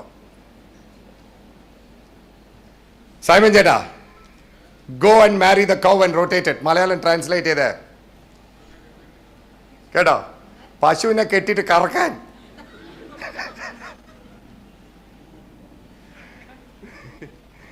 Anyway, I don't know. I'm scared. Anyway, so a lot of questions are in birth certificate. Okay? First and foremost, main problem, birth certificate has got a date of birth, passport will have a date of birth. enna cheynathu appam passport inde maatam birth certificate maatam pattilla appam ഇപ്പം പറയുന്നത് എന്താണെന്ന് വെച്ച് കഴിഞ്ഞാൽ പാസ്പോർട്ടിൻ്റെ date of birth മാറ്റണമെങ്കിൽ നിങ്ങൾ SLC book മാറ്റണം. ഈ 2 process ചെയ്താൽ നിങ്ങളുടെ പാസ്പോർട്ട് മാറ്റാം. അല്ലേ? ഇപ്പോൾ നിങ്ങൾ ഇനിഷ്യൽ സ്റ്റേജസ് ഓഫ് പ്രോസസ്സ് ആണെങ്കിൽ I would strongly recommend you do that.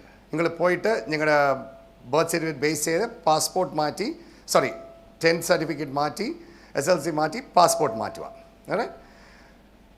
അതല്ല നിങ്ങൾ ഒരു ഹാഫ് വേ ത്രൂ ദ ഇതാണ്, ഇപ്പോൾ ഒരു വിസ അപ്ലൈ ചെയ്യേണ്ട അടുത്ത് വന്നു കഴിഞ്ഞ് നിങ്ങൾ ആ ഒരു സ്റ്റേജ് ആണെങ്കിൽ ഐ വുഡ് സ്ട്രോങ്ലി സജസ്റ്റ്, ഇതിൻ്റെ കാര്യം തന്നെ പോകുന്നു, I would strongly suggest, അത് സൗണ്ട് അടിച്ചിട്ട്, I would strongly suggest that നിങ്ങൾ SLC ബുക്ക് മാറ്റിക്കോ. SLC ബുക്കിലെ ഡേറ്റ് ഓഫ് ബർത്ത് മാറ്റിയിട്ട് അവിടെ വന്നിട്ട് റെസിഡൻസിക്ക് അപ്ലൈ ചെയ്യുന്ന മുമ്പ് നിങ്ങളുടെ പാസ്പോർട്ട് മാറ്റാം. അപ്പോൾ you have done 1/2 of the work. അപ്പം ഈ ബർത്ത് സർട്ടിഫിക്കറ്റ് എപ്പോഴാണ് വേണ്ടിയെന്ന് വെച്ച് കഴിഞ്ഞാൽ മെയിനായിട്ട് നമ്മൾ റെസിഡൻസിക്ക് അപ്ലൈ ചെയ്യുമ്പോഴാണ്. അതുവരെയ്ക്കും നമുക്ക് ബർത്ത് സർട്ടിഫിക്കറ്റ് മാൻഡേറ്ററി അല്ല. But when it comes to the residency, this becomes mandatory.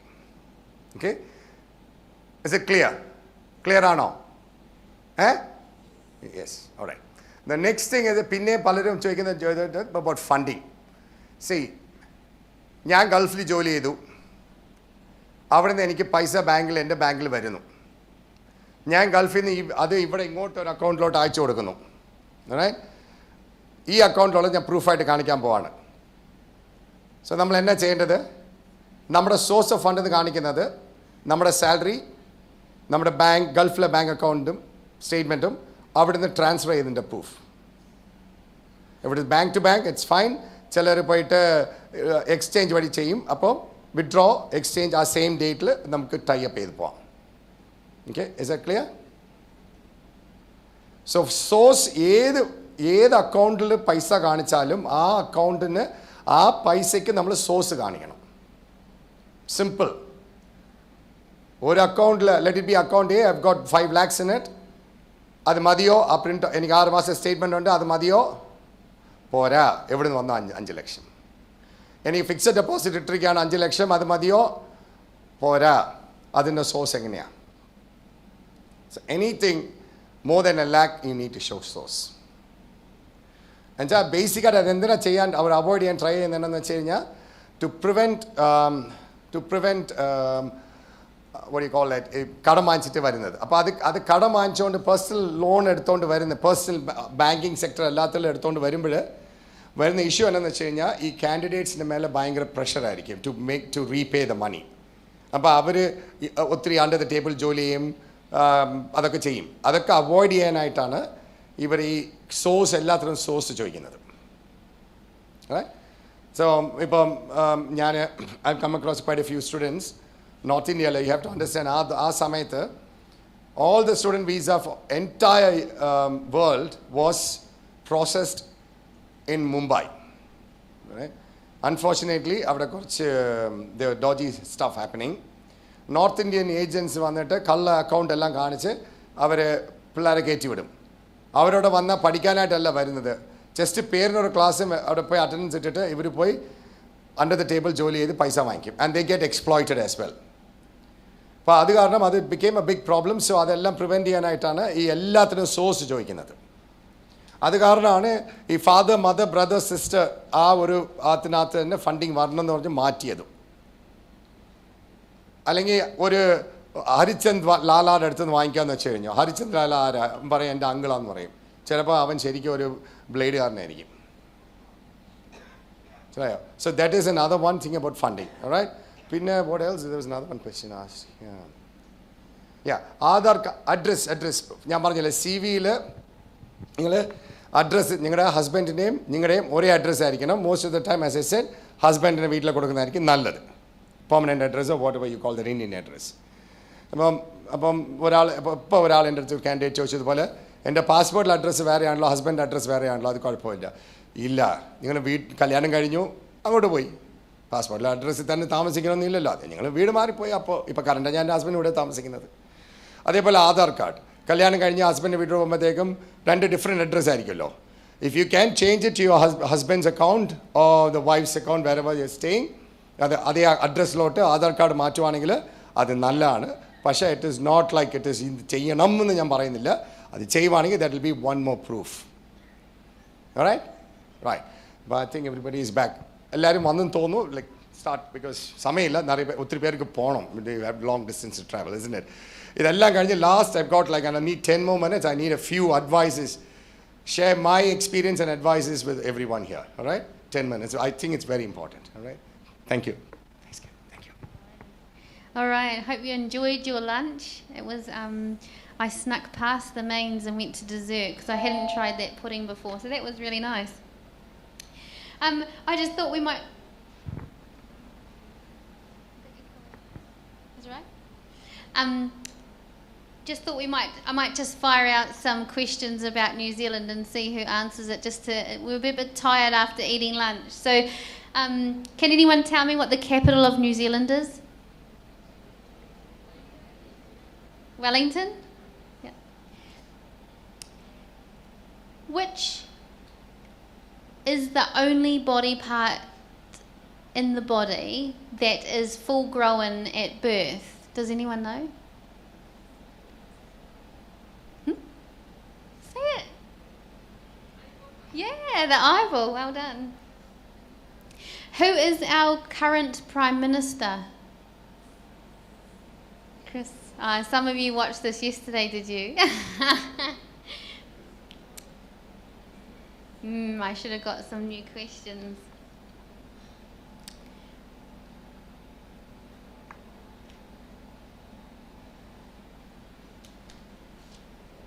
I think you did. Did some of you who watched the live stream yesterday? No one? What are the top 3 health concerns for New Zealanders at the moment? Does anyone know?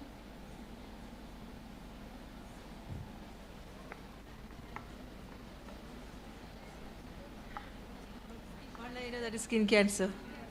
Oh, skin cancer, yeah. It is quite common to have melanomas in New Zealand, yeah. But cancer as a whole is quite big. So that's one of them, cancer. Anyone else? TB? No. We don't have much TB in New Zealand. Diabetes, yeah. We do have diabetes. And there's one more. Obesity and... Yeah. That was more than 3, but it's pretty good. Alrighty. We'll go back to clinical placements. Just a couple more slides to finish off clinical placements. And then we'll talk a little bit about employment. Some of the main issues nurses have when they go into clinical placement is poor communication. So we expect our nurses to communicate a lot. So you are your patient's advocates. So like we did the OSCE scenario, and you needed to communicate with the doctor, but you need to communicate the whole picture to the doctor. You're the ones telling them what you think might be wrong with your patient and what you've done about it. So communication is key, as well as communicating with your patient and communicating with the patient's family or their EPOA. So we need to make sure that we legally are talking to the right person about the patient, because there's been times where someone might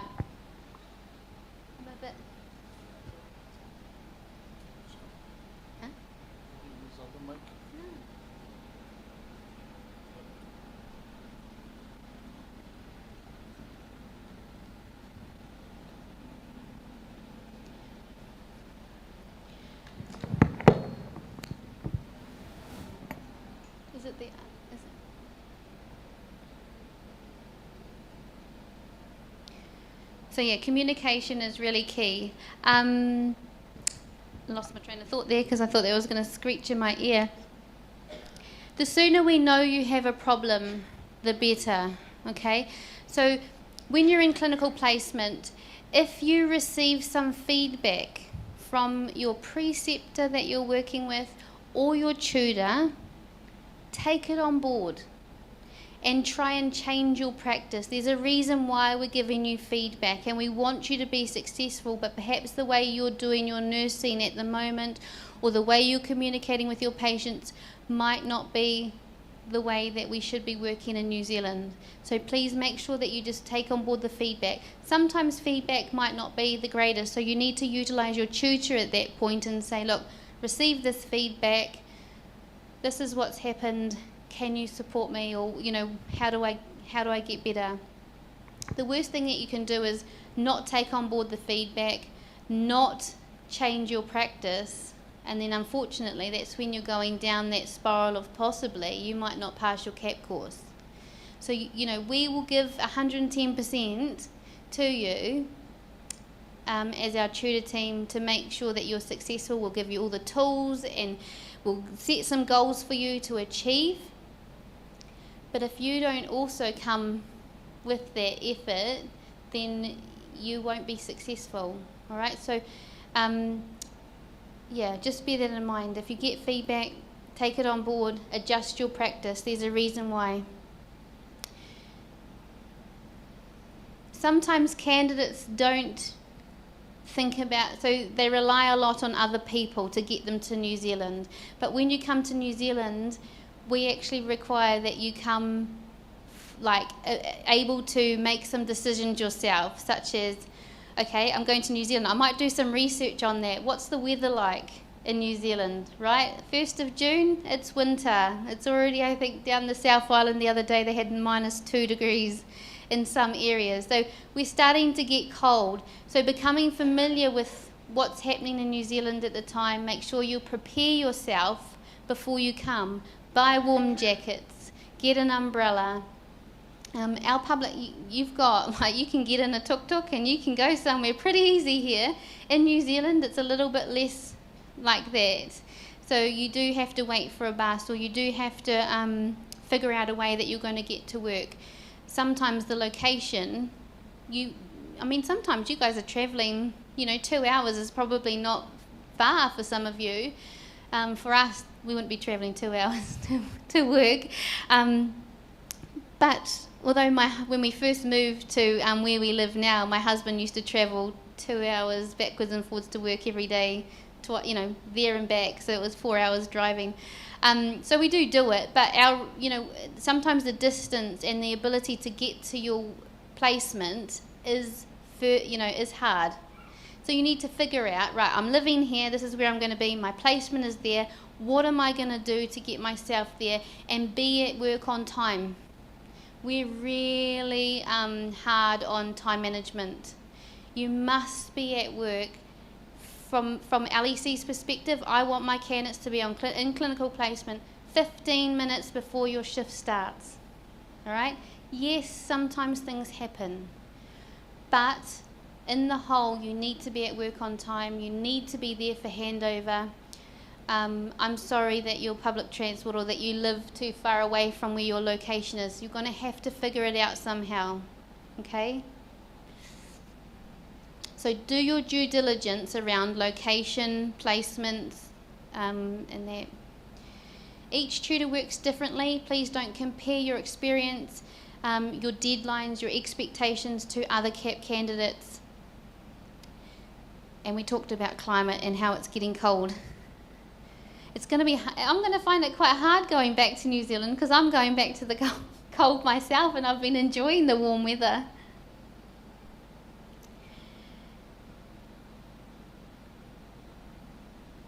All right, we're going to show you a couple of videos. These are candidates talking about their experience working in clinical placement, and then we've also got a little video here from our tutor team.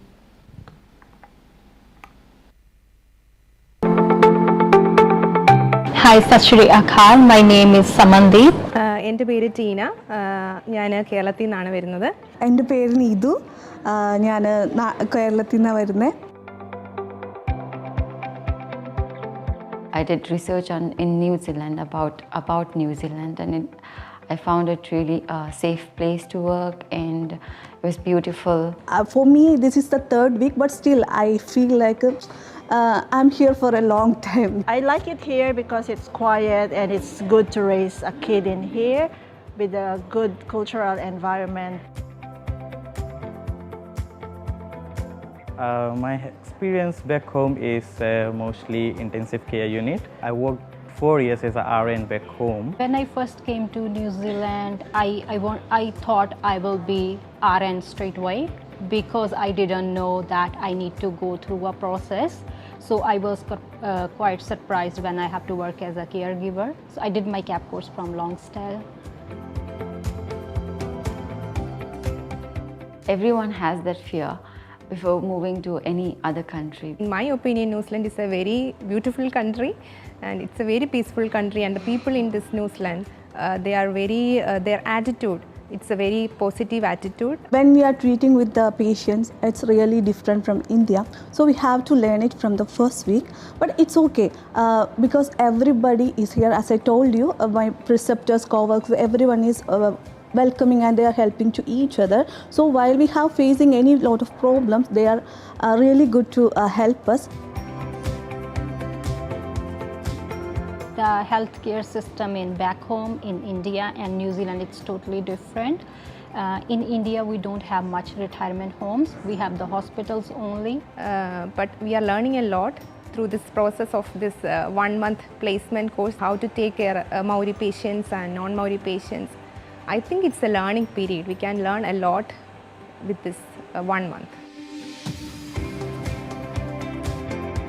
Yes, of course, there are a lot of challenges. First is the communication, because when I came here, I have to face, the slang of English, it was really not comfortable for me. But after 2-3 days, we will familiar with the slang, and with the continuous talking and everything, we will become familiar with that, and we can understand what they are telling, and what we can understand their comfort level, and we can provide the care as well.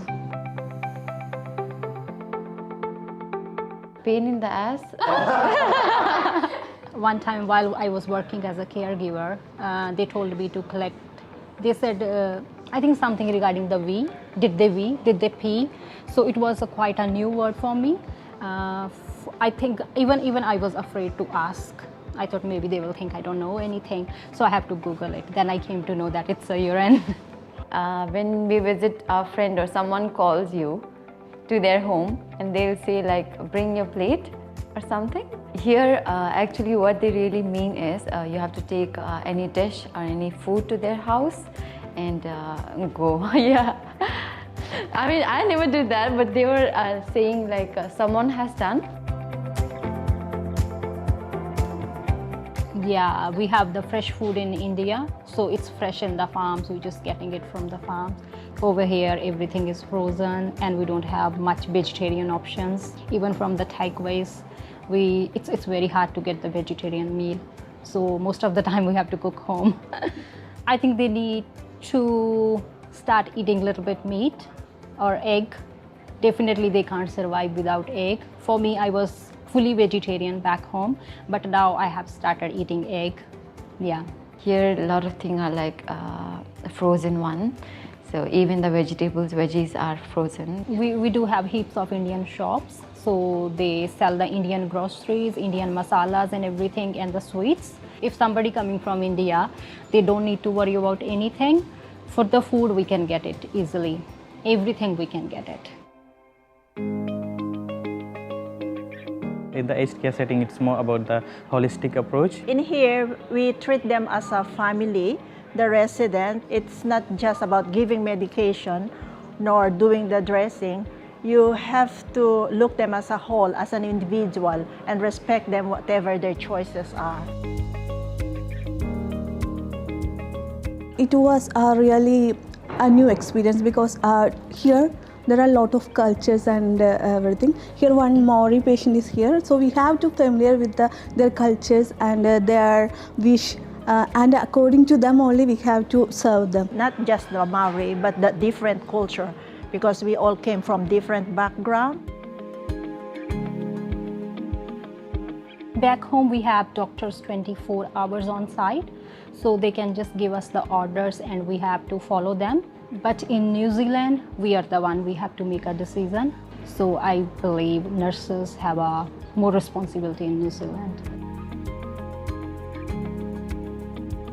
So maybe just be yourselves and have some eagerness and initiative to learn, because we're here to help them, to be just one like of us. All peoples, all the team members are here. They are very supportive. If we have any problems or any discomforts, they are very supportive.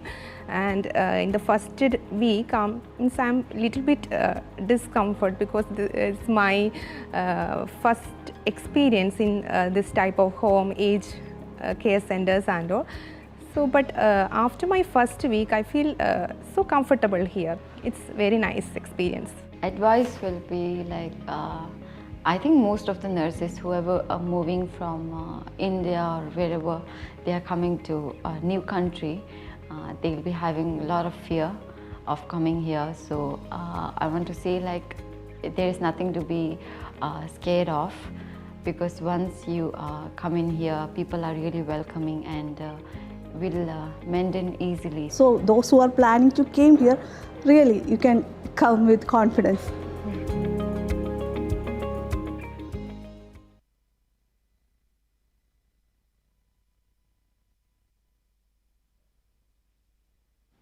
By the way, you can actually buy fresh fruit and vegetables in New Zealand, just probably not to the extent that you guys have here. You know, driving down the road, just seeing what, you know, you can get is pretty impressive. So we do, but because of the climate and because I suppose we're where we are in the world, we do have a lot of freezers that freeze our food. So that's where I think they're coming from. However, you can get fresh fruit and veg, just a little bit more expensive than what you're used to, I'm afraid. So be prepared to have a look when you come shopping in New Zealand. It's quite expensive to buy food.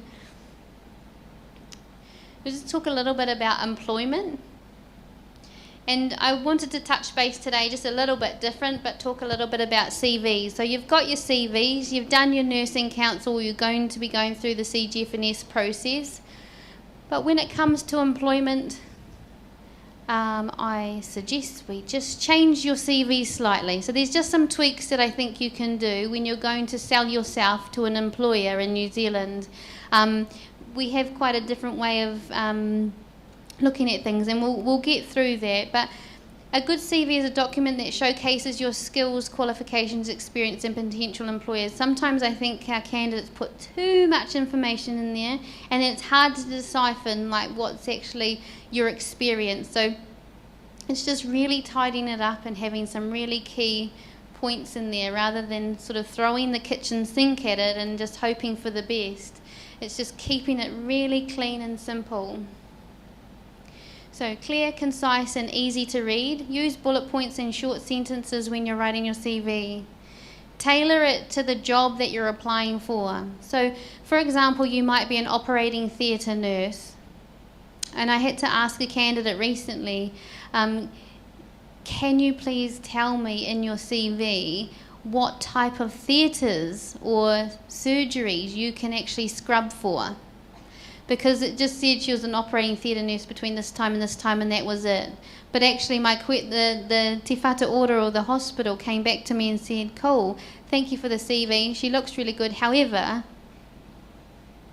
what can she actually, what area can she work in? Because we have quite a lot of different theatres and specialties and things like that. So if you can just at least highlight like the real key things is really important. Ensure it's accurate and up to date, and make sure that you're, like a lot of candidates come and they say that, on their CV they submit it and it says that they're still working in Saudi Arabia. Make sure when you get done your CAP course, put your CAP course on your CV and as your professional development, and put your, when you finished your job before you came to New Zealand. You can use things such as headings like this, like your personal details, education, work experience, skills and achievements. Don't just list your duties in your previous role. I'm just going to flick through to here. So I screenshotted this out of a candidate's CV recently, and all the equipment that you handle. I'd hope a nurse can handle a pulse oximeter and things like that, all right? So we don't need to go into that kind of detail. We don't need to know what kind of equipment that you use. However, if you're going into the hemodialysis unit, you might say that you use this type of dialysis machine, or you can work with. But we don't need to have a whole list of equipment there. As well as, you don't need a photo on your CV, all right? Sometimes candidates can be judged by that. So what you want to do is have a CV that you present where they go, oh, their CV looks really good. I want to interview them, and that's when you bring your personality and who you are in your interview, rather than them making a judgment based on your things like your marriage status, your religion, your photo that might have been when you were graduating high school and now you look completely different, you know what I mean? So take some of the stuff out of it and just keep it clean and simple. There's lots of templates that you can use online, and probably some of you already have beautiful CVs, but just before you go and apply for a job, just go through and double check that some of the stuff is out of it. Make sure that there's no errors or typos, that your grammar and punctuation is accurate, and get someone to proofread it. Maybe someone from New Zealand. Maybe you could ask the preceptor that you're working with, do you mind having a look at my CV? Or your tutor. That's another good person to actually go, look, I've updated my CV, can you have a look at it? So they can give you some advice and tips around what it should look like in a New Zealand setting. Okay? When you're doing interviews, make sure that you research the hospital, the facility that you're going to, so that if they ask you, why did you apply for that job, what made you apply for it, that kind of thing. You can talk to maybe stuff or reflect some of the stuff that they might talk about on the website. practice some common interview questions before you do your interview. Stuff like, tell me a bit about yourself. Have some things in mind that you might like them to know about you. What are your strengths and weaknesses? Dress professionally. Arrive on time or a few minutes beforehand. It's always nice to be that few minutes before. Just don't turn up an hour before.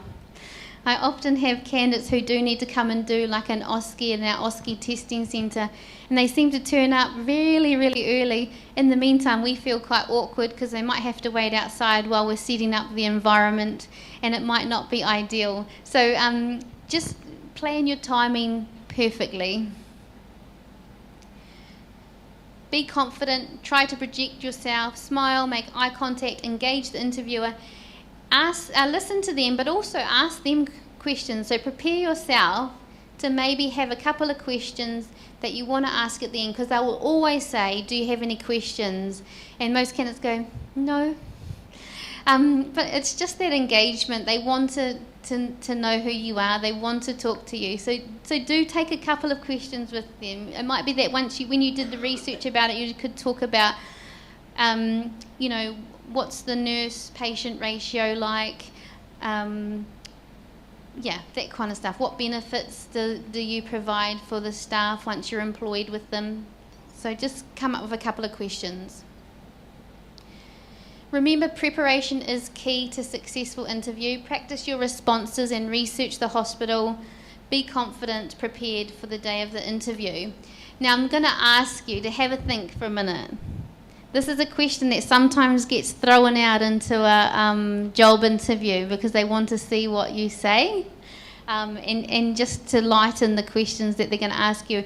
And so I want you to think about, if you were asked in an interview, what kind of vegetable, if you were a vegetable, what would you be?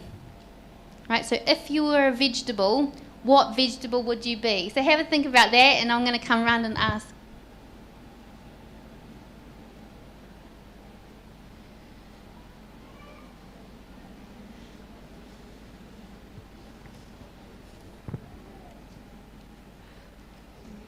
Say carrot. Can you hold it? I would say carrot. Why? Why would you say that? Because I think because of its color, and it has keratin in it, and it of course helps to see. Cool, great. That's fine. Yep, nice. So she's going to be a carrot. What are you going to be?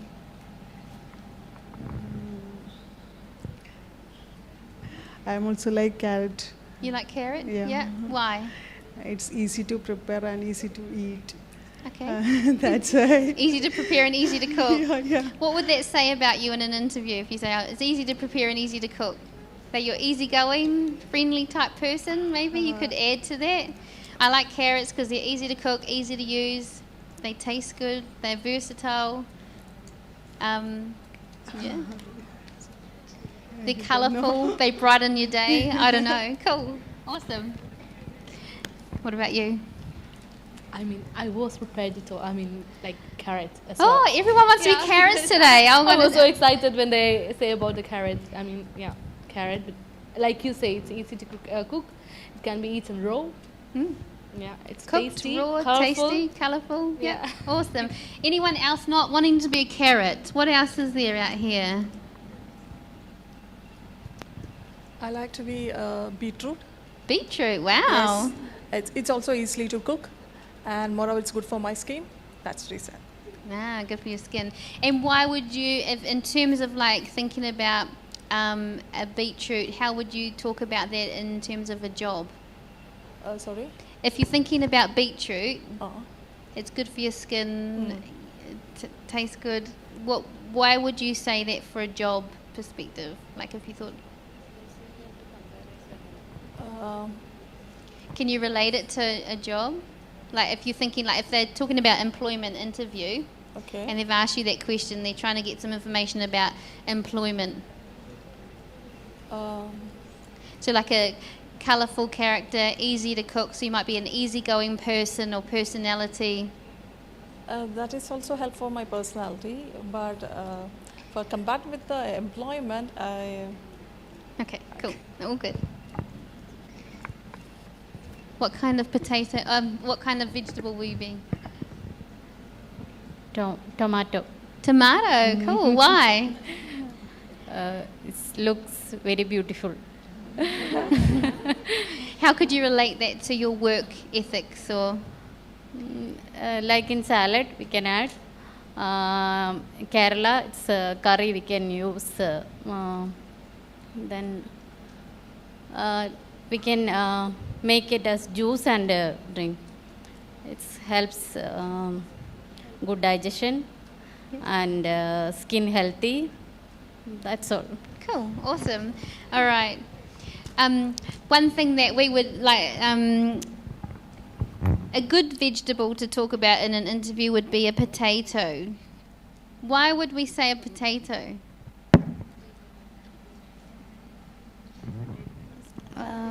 Because potato is healthy. Yep. And it has multiple qualities. Yep. Like you can turn it's it good. into like mashed potato. You can turn it into curry. It's you can make tasty. chips out of it. You can. So it's versatile. It's flexible. People always love French fries. Yep. Yep. Yeah. Being a potato means you're flexible, versatile. Yeah. Yeah. Yep. Absolutely. So be a potato, or a carrot, or a tomato.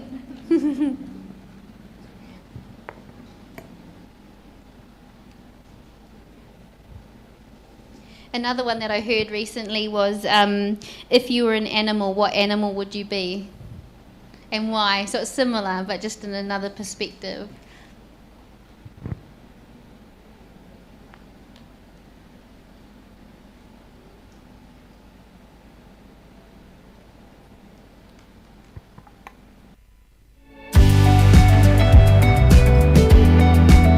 My name's Richard.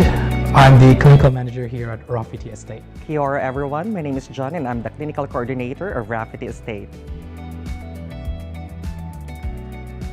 What's rewarding for me working here in aged care is that we get to form a bond with our residents. In most branches of nursing, you have short episodes, 15 minutes here, 15 minutes there. With our residents, we get to know them really well. We get to know the families and we get to see the results of what we put in. I work as a pediatric ICU nurse back in the Philippines, and coming here in New Zealand working in aged care from pediatrics to geriatrics, it's a complete 360-degree turn. However, if you have the passion in what you are doing, then most certainly you will fall in love with it. So yeah, I fell in love with geriatrics and it's very rewarding for me.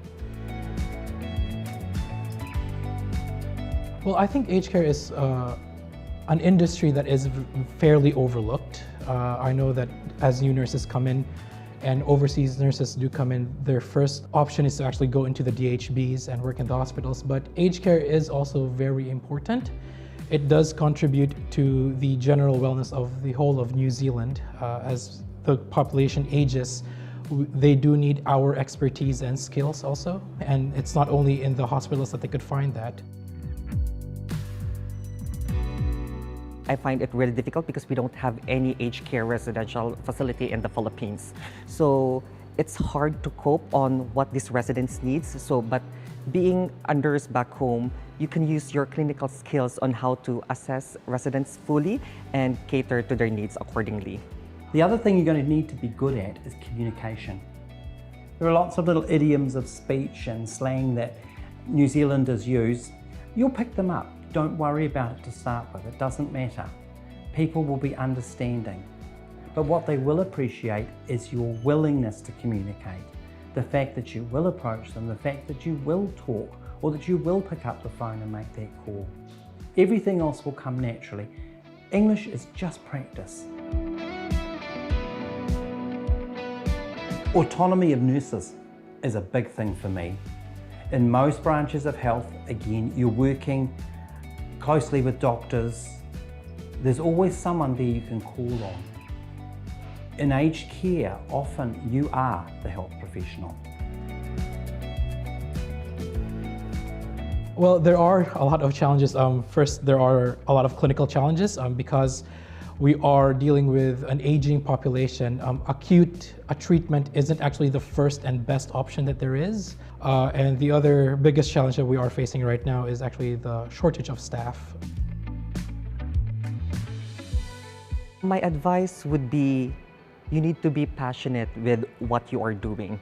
You need to be patient, dedicated, and hardworking. Bring your nursing skills and assessments and not think of the industry as just aged care only. And the other advice that I could give someone coming into aged care is that be open-minded. This career does actually take dedication also, and it is very rewarding and fulfilling. Pursue that career. Absolutely go for it. Adecco Group are the second largest recruitment firm in the world. We operate in over 60 countries, and on any given day there's around 32,000 people who work for us. In New Zealand, we've been operating for 35 years, and we're proud to say we've got branches and operations right from Whangarei down to Dunedin in the south. We're really proud to team up with Lonsdale Education as their employment partner. So we help with placements and then ongoing employment while going through your Lonsdale education. The process with Adecco is very simple. We will reach out to you via Teams or Zoom. This is really important to do this very early in the process so we can discuss the skills, experience, but your preference of where you want to be in New Zealand. From there, we will help you with your CV. We will build a profile. That profile then will be sent to our clients. We will guide you through the interview process for New Zealand. We'll be there every step of the way. When you do get a placement, we're still there. We're still right beside you, and we will support you in your journey with your new employer in New Zealand. People often ask us about cost. There is no cost to you, the candidate, for our services. We simply help you along the journey, and we work with our clients to make sure that you've got the best placement and the best employment opportunities. So reach out to the team at Adecco. We're really looking forward to meeting you and helping you with your journey to becoming a registered nurse in New Zealand.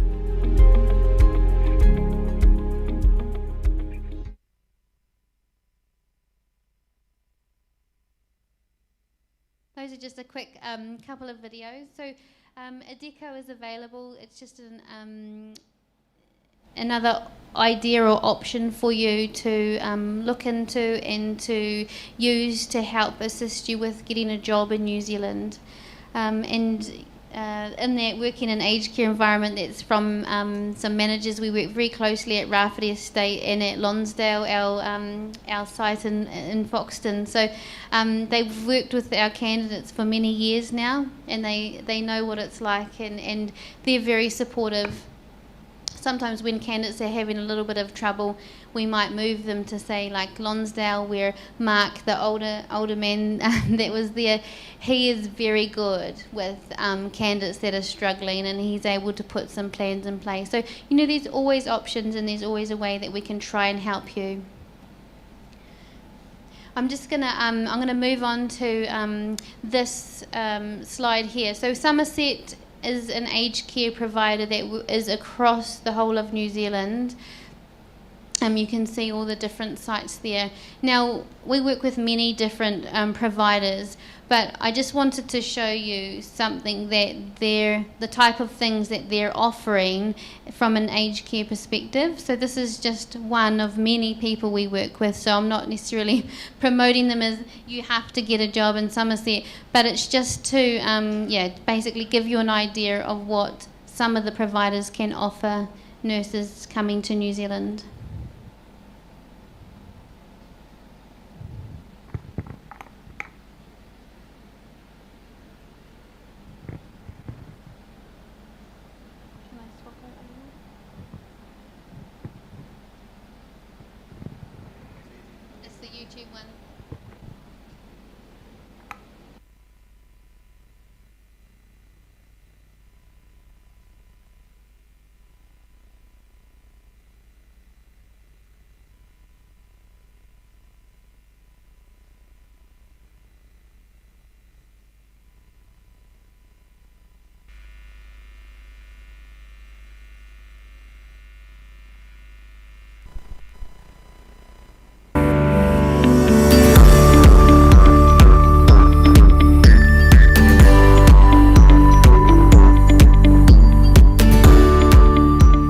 came to New Zealand because a lot of my friends are working here, and they encouraged me to come and visit the place. They said New Zealand is a good place. What attracted me most was the work-life balance. I think that's one of the reasons why I wanted to go to New Zealand. My reason to come to New Zealand is that I can bring my family here to live with me, and it's a nice place to stay. We're really loving it at the moment. Working here for a few years now has made me confident to lead my staff during my shift.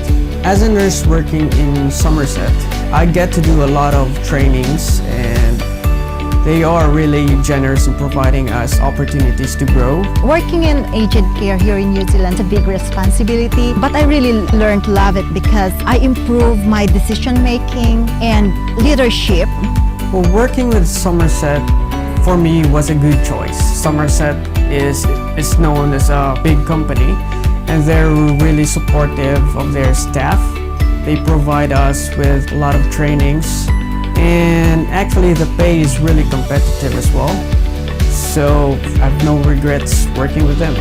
It's a good place to work. I don't feel pressured, and we have a good teamwork, and there's no stress, and I love being with my residents.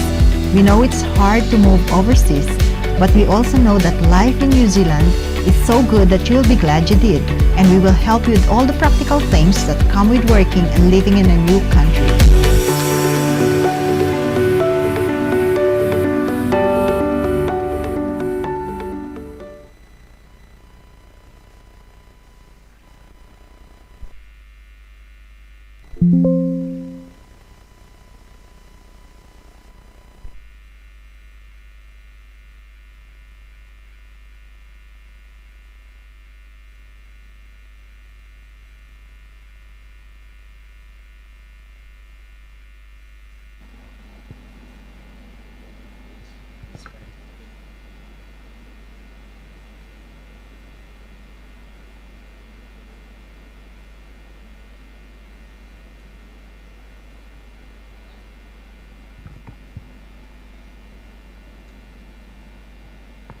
Alrighty, so as I said, there's all the branches for Somerset, and there's other massive big providers as well, naming a few: Ultimate Care, Heritage, Bupa, lots of big providers that have lots of aged care facilities.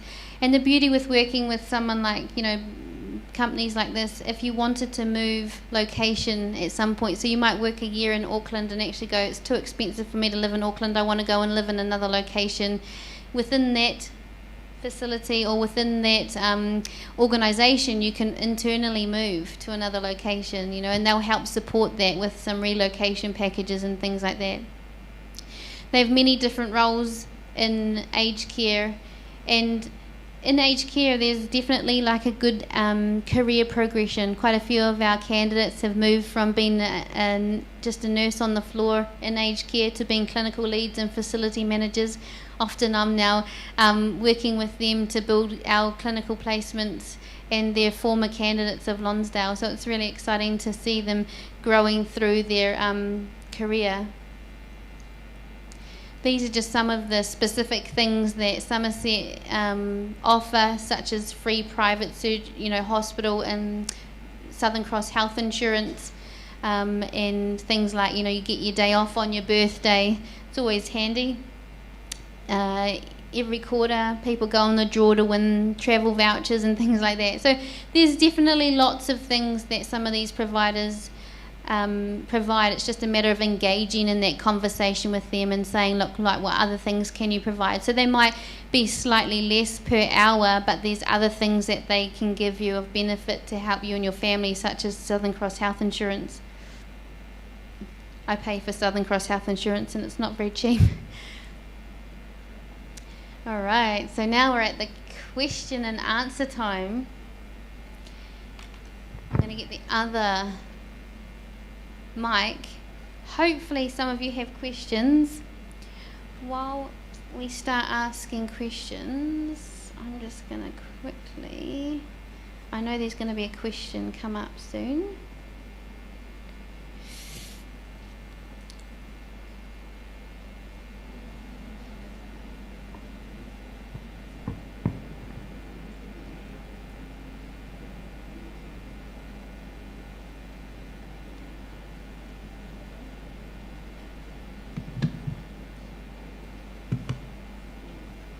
Has anyone got any questions? You can start firing them through. I am listening. Questions?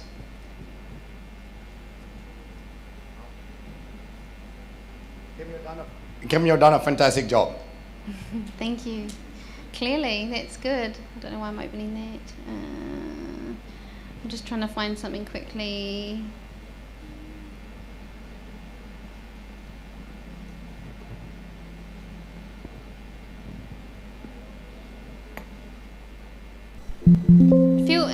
Feel free to ask questions. Don't be shy.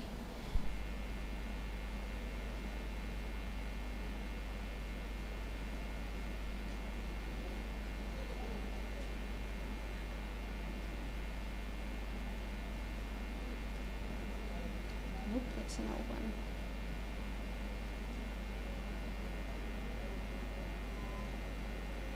Wow, would that be a first?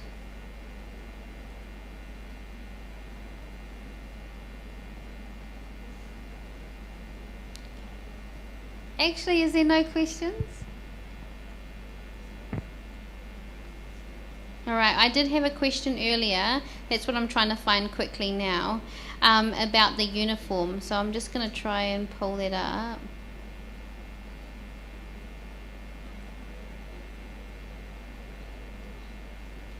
Found it.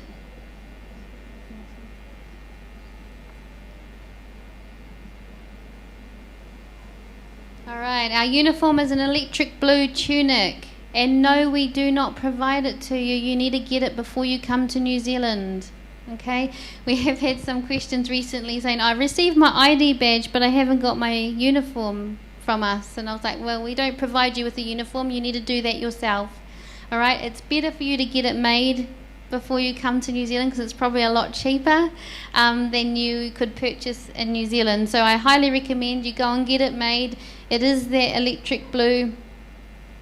Yeah, this is the type of style that we want. So it's like a tunic, or worst case scenario, it could be a scrub top, but ideally a little bit nicer than just a scrub top. But if that's where you feel comfortable, fine. Any questions about that? No? Cool. I don't know where that candidate's gone. Did I answer your question?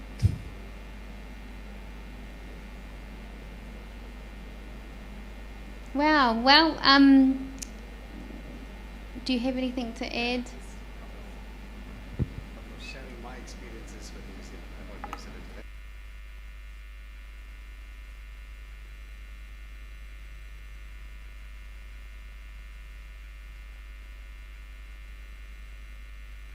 See, I just wanted to add a few more things, which I've been taking notes about what I should say. And yesterday I couldn't do it because it was getting late. And sure, there's a feed as well, so people can see that.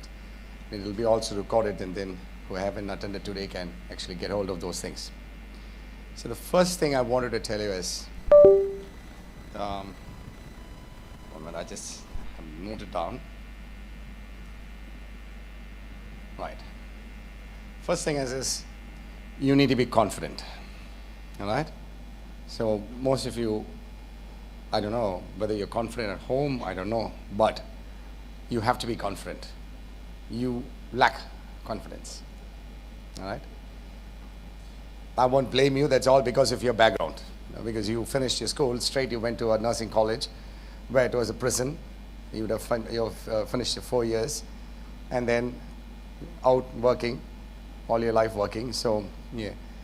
So, one of the most important things is you need to get confident, but not overconfident. All right? So a person gets overconfident, he becomes something what we call as cocky. Do you know what cocky is? എടുത്തിയാട്ടുകാരൻ. എല്ലാം അറിയാം, എനിക്കെല്ലാം അറിയാം. You become a very bad, nobody would like to keep friendship with you. And believe me, the New Zealanders cockiness ishtalla. They're all very smooth, kind, easygoing people. Cockiness it is not going to help you with your career. All right? So, no. All right. So just before I go in, there was a question somebody asked, what is the difference between EN and RN? I think that will be sorry.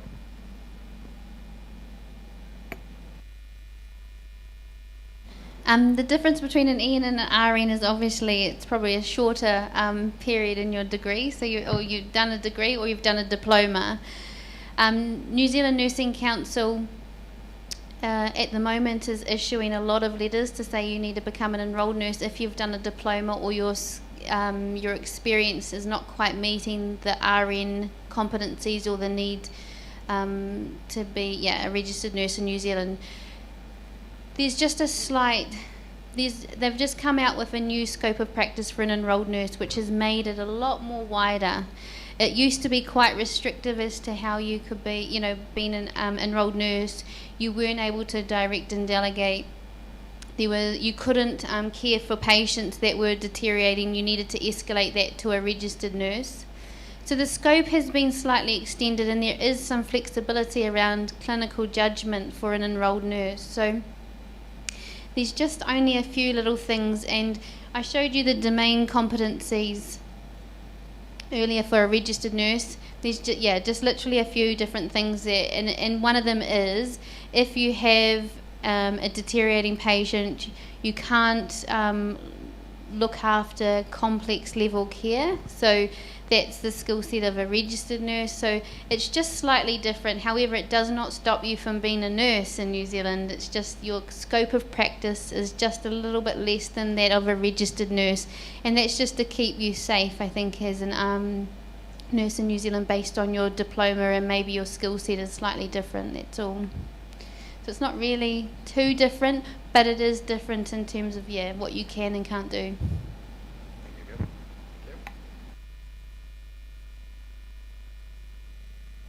So I hope it's clear for you that the slight difference between EN and RN. EN is enrolled nurse, RN is registered nurse.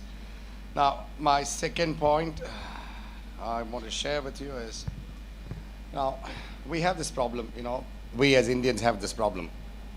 We think that asking questions is actually degrading ourselves, right? We don't ask questions. We pretend that we know everything.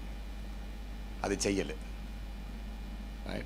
There is a Tamil Tirukural, they say, Katrathu kai mannalavu kalladadu ulagalavu. So do you know what it means? നമ്മൾ പഠിച്ചിട്ടുള്ളത് ജീവിതകാലം മുഴുവൻ പഠിക്കാൻ പോകുന്നത് കൈ പിടിക്കാത്തുള്ളൊരു മണലിനത്രേ ഉള്ളൂ. പക്ഷേ നമ്മൾ പഠിക്കാത്തതും അറിയാത്തതും ഈ അണ്ടഘടകങ്ങൾ മുഴുവൻ ഉണ്ട്. മനസ്സിലായോ? So always asking a question shows your strength. Right? പക്ഷേ അതിനായിട്ട് there are two type of doubts on questions ഉണ്ട്. One is question ചോദിക്കണം എന്ന് പറഞ്ഞിട്ട് ചോദിക്കുന്നത്, മറ്റേത് genuine ആയിട്ട് ചോദിക്കുന്നത്. So please don't be the first group people who is just asking questions for the sake of asking questions. മനസ്സിലായോ?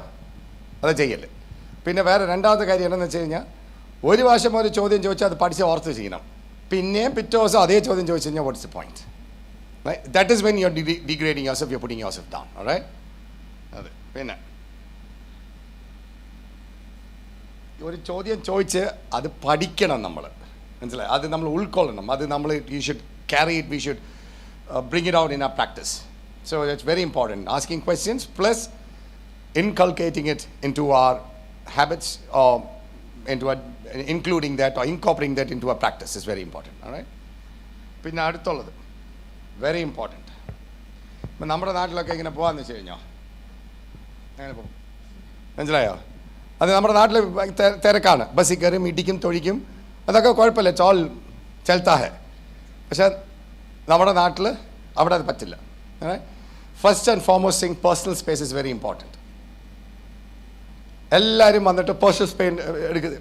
ഇപ്പം ഇത് എൻ്റെ ചേച്ചിയാണ്. ഇപ്പം ജസ്റ്റ് മേക്കിംഗ് മൈസെൽഫ് ക്ലിയർ. ഇപ്പം ഇത്രയും അടുത്തൊക്കെ കാര്യം ബ്രദറൊക്കെയാണ്, പക്ഷേ അവിടെ അങ്ങനെ വരത്തില്ല. മനസ്സിലായോ? So there's always a personal space. You don't conquer the other person's space. അതുപോലെ വേറെ ഒരെണ്ണം, getting too inquisitive. ഒരാൾ പേഴ്സ് എടുക്കുമ്പോൾ ആ പേഴ്സ് ഇങ്ങനെ പോയി നോക്കുന്നത്, പേഴ്സ് തുറക്കുമ്പോൾ. അത് നമ്മുടെ നാട്ടുകാർ ചെയ്യും, അത് നമ്മൾ ചെയ്ത് കളയില്ല അങ്ങനെയൊന്നും കേട്ടോ. ഇപ്പം ഞാൻ കാണുന്നതാണിത്. ചില പ്രൈവറ്റ്, അത് അവരുടെ പേഴ്സണൽ പ്രോപ്പർട്ടിയാണ്. Don't even touch that, don't even dare touching it കേട്ടോ. അതുപോലെ സ്പെൽ അടുത്തിരിക്കുമ്പോൾ പെട്ടെന്ന് മെസ്സേജ് വരും നോക്കുമ്പോൾ നമ്മൾ എന്നോ ചെയ്യല്ലത്.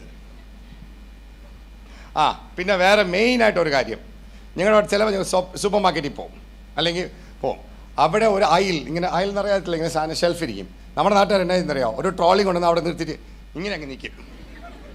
എന്നറിയാമോ, സായിപ്പ് ഇങ്ങനെ വന്ന് ഇങ്ങനെ നിന്നുകൊണ്ടിരിക്കുക എല്ലാവരും. ലിറ്ററലി, ഞാൻ കളിയാക്കാൻ ഞാൻ പറഞ്ഞു, I'm not overdoing, literally that's what they do. പിന്നെ ആ ട്രോളി എടുത്തുകൊണ്ട് ഒരു പോക്കുണ്ട്, മൈക്കിൾ ഷൂ മേക്കർ കാർ ഓടിക്കുന്ന പോലെ. എന്തിനാന്ന് എനിക്ക് മനസ്സിലാവുന്നില്ല. അതേപോലെ അവിടെ സാധനം ഇഷ്ടംപോലെ ഉണ്ട്, നിങ്ങൾ പോയിട്ട് അത് പിടിച്ച് വായിച്ച് എടുക്കേണ്ട കാര്യമില്ല. നമ്മുടെ നാട്ടിലാണെങ്കിൽ എനിക്കറിയാം, നമ്മൾ സാധനം എടുത്ത് ട്രോളി വെച്ച് തിരിയുമ്പോഴത്തേക്ക് വല്ലതും എടുത്തോണ്ട് പോകും നമ്മുടെ ട്രോളിയിൽ നിന്ന്, അല്ലേ? അതൊന്നും അവിടെ സംഭവിക്കത്തില്ല. So that is one other thing. We need to be quick, running out of time. So the most important thing is this: use habit, make it a habit saying thanks, sorry, please. Right? അതെ. അപ്പോൾ അങ്ങനെ പറഞ്ഞപ്പോൾ ഞാൻ ഒരു example ഞാൻ പറഞ്ഞുതരാം. ഞാൻ ഈ ഫോൺ എടുത്തോട്ടെ, can I take the phone? You don't say that. You won't say that. You have to say, can I borrow your phone please? Can I take your phone? തെറ്റാണ്. Take means ഞാൻ പോവാ എടുത്തോണ്ട്. മനസ്സിലായോ? So these are things like that. All right? So please, sorry and thanks is very important. Very, very, very important.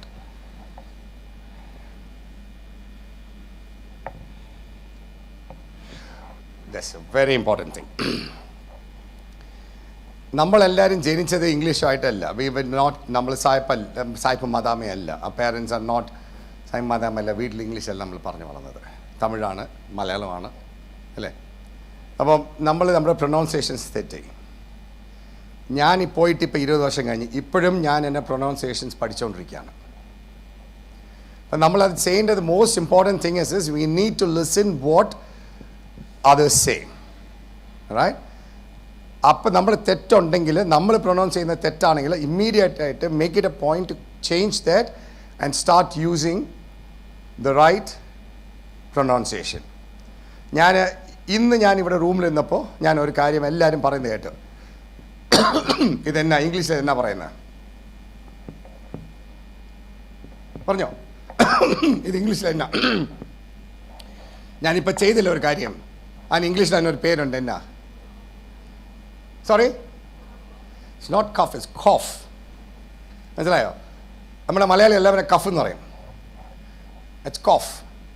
അപ്പോൾ അതുപോലെ എല്ലാ കാര്യങ്ങളും, ഞാൻ താമസിക്കുന്ന സ്ഥലത്തിൻ്റെ പേര് സ്പെൽഡ് ഇസ് DUNEDIN. അപ്പം നമ്മുടെ നാട്ടുകാർ എല്ലാവരും പറയുന്നത്, അവിടെ വന്നിട്ട് 20 വർഷമായിട്ട് താമസിക്കാൻ പറയുന്നത് ഇപ്പോഴും ഡുനേഡിൻ എന്നാണ് പറയുന്നത്. അത് പഠിക്കത്തേ ഇല്ല. Whereas it's pronounced as Dunedin. മനസ്സിലായോ?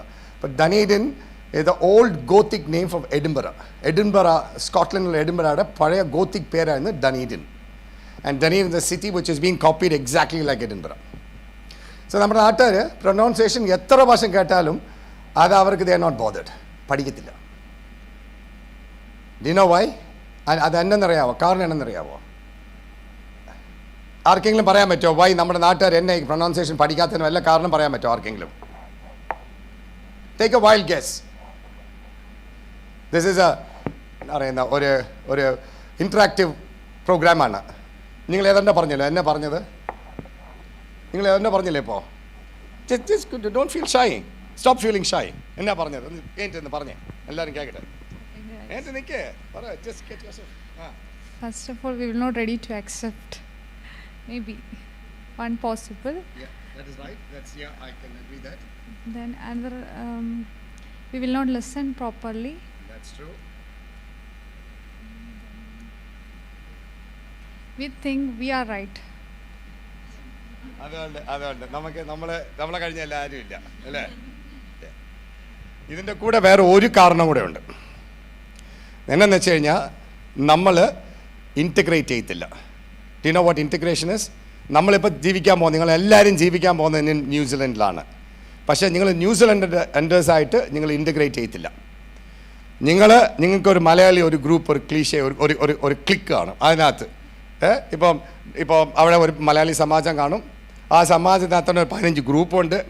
ആ 15 ഗ്രൂപ്പിൽ എല്ലാ ഗ്രൂപ്പിലും ഒരു 5, 10, 20 പേര് കാണും. കുശുമ്പും കുന്നായ്മയും തൊഴുത്തുകുത്ത്. ഇതാണ് ഇപ്പോൾ നടന്നുകൊണ്ടിരിക്കുന്നത്. I M not making it up. I'm seeing it every day. ഞാൻ ആദ്യം ഇതൊക്കെ തുടങ്ങിയപ്പോൾ I was one of the founding members of Malayalam association in ഡനീഡനിൽ. Because Dunedin had no population, Indian population whatsoever. അപ്പോൾ മലയാളികൾ കയ്യിലെണ്ണാവുന്നതേ ഉള്ളതെന്ന്. അപ്പോൾ ഞങ്ങൾ ഓണത്തിനൊക്കെ കൂടി ഞങ്ങൾ 4 പേര്, ഞാൻ സാമ്പാർ ഉണ്ടാക്കേണ്ടി വരും, അടുത്ത വീട്ടുകാരൻ ചോറ് ഉണ്ടാക്കേണ്ടി വരും, വേറെ ക്യാബേജ് ചോറ് ഉണ്ടാക്കേണ്ടി വരും. അവിടെ വരും ഞങ്ങൾ പെണ്ണുങ്ങളൊക്കെ അവിടെ സംസാരിക്കുമ്പോൾ ഞങ്ങൾ പാത്ത് പോയി 2 സ്മോൾ അടിച്ചു തന്നു, സാമ്പാറും കഴിച്ച് തന്നിട്ട് വീട്ടിൽ വരും. ഒരു പ്രശ്നമില്ലായിരുന്നു. അത് കഴിഞ്ഞപ്പോഴത്തേക്കും they wanted to take it to the next level. I was instrument in doing it. പക്ഷേ പറ്റിയെന്നാ 15 ഗ്രൂപ്പും ഓണം കഴിയുമ്പോൾ ഓണം തല്ലും. I M not joking. നടക്കുന്നു. മനസ്സിലായോ? നീയാ വലുത്, ഞാനാ വലുത്. നീ എന്നാ കാറാണ് ഓടിക്കുന്നത്? ഞാൻ BMW. ഞാൻ ബെൻസ്. നിങ്ങളുടെ വീട്ടിൽ എത്ര ഇഞ്ച് TV ആണ്? 55. എൻ്റെ വീട്ടിൽ 75. This is happening. I'm not making it up. This is happening. We don't integrate with the society. I'm very particular. ഞാൻ എല്ലാവരുടെ അടുത്തും പറയുന്ന ഒരു കാര്യമാണ് ഇൻറ്റഗ്രേറ്റ്. നമ്മൾ വേറെ രാജ്യത്തിലോട്ട് പോവാണ്. അപ്പം നമ്മളിങ്ങനെ ഒരു ഗ്രൂപ്പായിട്ട് ചെയ്തിട്ട് സംസാരിച്ചുകൊണ്ടിരിക്കുകയാണെന്ന് വെച്ച് കഴിഞ്ഞാൽ അവർക്ക് ഭാഷ അറിയത്തില്ല, ഒന്നുമില്ല. ഇടയ്ക്കെന്ന് ഒരു ചിരിയും ചിരിക്കും. അപ്പോൾ അവരെന്നാ ഓർക്കുന്നത്? അവരെ കളിയാക്കുന്ന ഓർക്കുന്നത് അല്ലേ? ഇത് വാർഡിൽ സംഭവിച്ചുകൊണ്ടിരിക്കുന്നതാണ്. ഡനീഡിൻ വാർഡ്സിൽ, ഹെൽത്ത് വാർഡ്സിൽ ഹോസ്പിറ്റൽ വാർഡ്സിൽ നടന്നുകൊണ്ടിരിക്കുന്ന ഒരു കാര്യമാണത്. So you don't integrate. So ഇപ്പോൾ എന്നാന്ന് വെച്ച് കഴിഞ്ഞാൽ ഇപ്പോൾ അവിടെ ചെന്ന് കഴിഞ്ഞാൽ ഒരു സ്റ്റാഫ് റൂം കയറി കഴിഞ്ഞാൽ കുറേ മലയാളികൾ അവിടെ ഇരിക്കും. ഇവിടെ കുറേ പേര് അവിടെ ന്യൂസിലൻഡ് സീ സൈഡിലിരിക്കും. ഇവർ എടി ഇന്നലെ നിൻ്റെ വീട്ടിൽ എന്നാടി കറി എന്നൊക്കെ പറഞ്ഞുകൊണ്ടിരിക്കും. നിങ്ങൾ ഒന്നും ബാന്ന് നോക്കിക്കൊണ്ടിരിക്കും. മനസ്സിലായോ? So there is no social integration. You should integrate. If you want to grow, if you want to develop, if you want to spread your wings, you need to integrate, right? And at the same time, ഒരു കൾച്ചറിലോട്ട് നമ്മൾ പോകാൻ. ഇപ്പോൾ നമ്മുടെ സ്ഥലത്ത് ഇവിടെ വന്നിട്ട് ബംഗാളികളെല്ലാം നമ്മളെ മാറി നിന്നിട്ട് അൽക്ക ഗുൽക്ക എന്ന് പറഞ്ഞാൽ നമുക്ക് ദേഷ്യം വരുന്നില്ലേ? ഇപ്പോൾ ഞാനിവിടെ കയറി വരുമ്പോഴത്തേക്കും വേണ്ടി ഹിന്ദിയാണ് പറയുന്നത്. എനിക്ക് ഹിന്ദി എന്ന് പറഞ്ഞാൽ സാധനം വെടിവെച്ചിട്ടാലും വരത്തില്ല. അപ്പോൾ എനിക്ക് ദേഷ്യം വരുന്നില്ലേ? അപ്പോൾ ഇതൊന്നും അറിയത്തില്ലാത്തവർക്ക് പിന്നെ അറ്റ്ലീസ്റ്റ് ഇടയ്ക്കിടയ്ക്ക് അപ്പനെ വെട്ടി തെങ്ങാച്ചാരി എന്നൊക്കെ പറഞ്ഞ് ഒരു വാക്ക് അവിടെ ഇവിടെയൊക്കെ എനിക്കറിയാം. അപ്പനെ ബെച്ചേക്കേലി എന്നൊക്കെ പറഞ്ഞ് കുറച്ച് അവിടെ ഇവിടെയൊക്കെ എനിക്കറിയാം. അപ്പോൾ അതാണ് ഒരുമാതിരി കറക്കുത്തി എടുക്കാം. ഇതുപോലും ഇല്ലാത്തവർ അവർക്ക് എങ്ങനെ ഇരിക്കും? Right? So integrate. So integration is very very important. Right?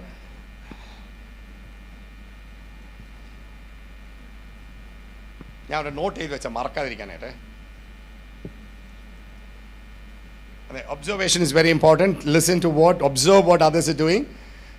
Take the good one. അപ്പോൾ അവിടെ ചെന്നിട്ട് അവിടെ ഒബ്സർവ് എന്ന് പറഞ്ഞു കഴിഞ്ഞാൽ അവിടെ എന്നാ പറയുന്നത്, ഒരുത്തം ഭയങ്കര വെള്ളം അടിയാന്ന് പറഞ്ഞാൽ അത് പോയി ഒബ്സർവ് ചെയ്ത് വെള്ളം അടിച്ചാൽ no problem, but it's not good for U.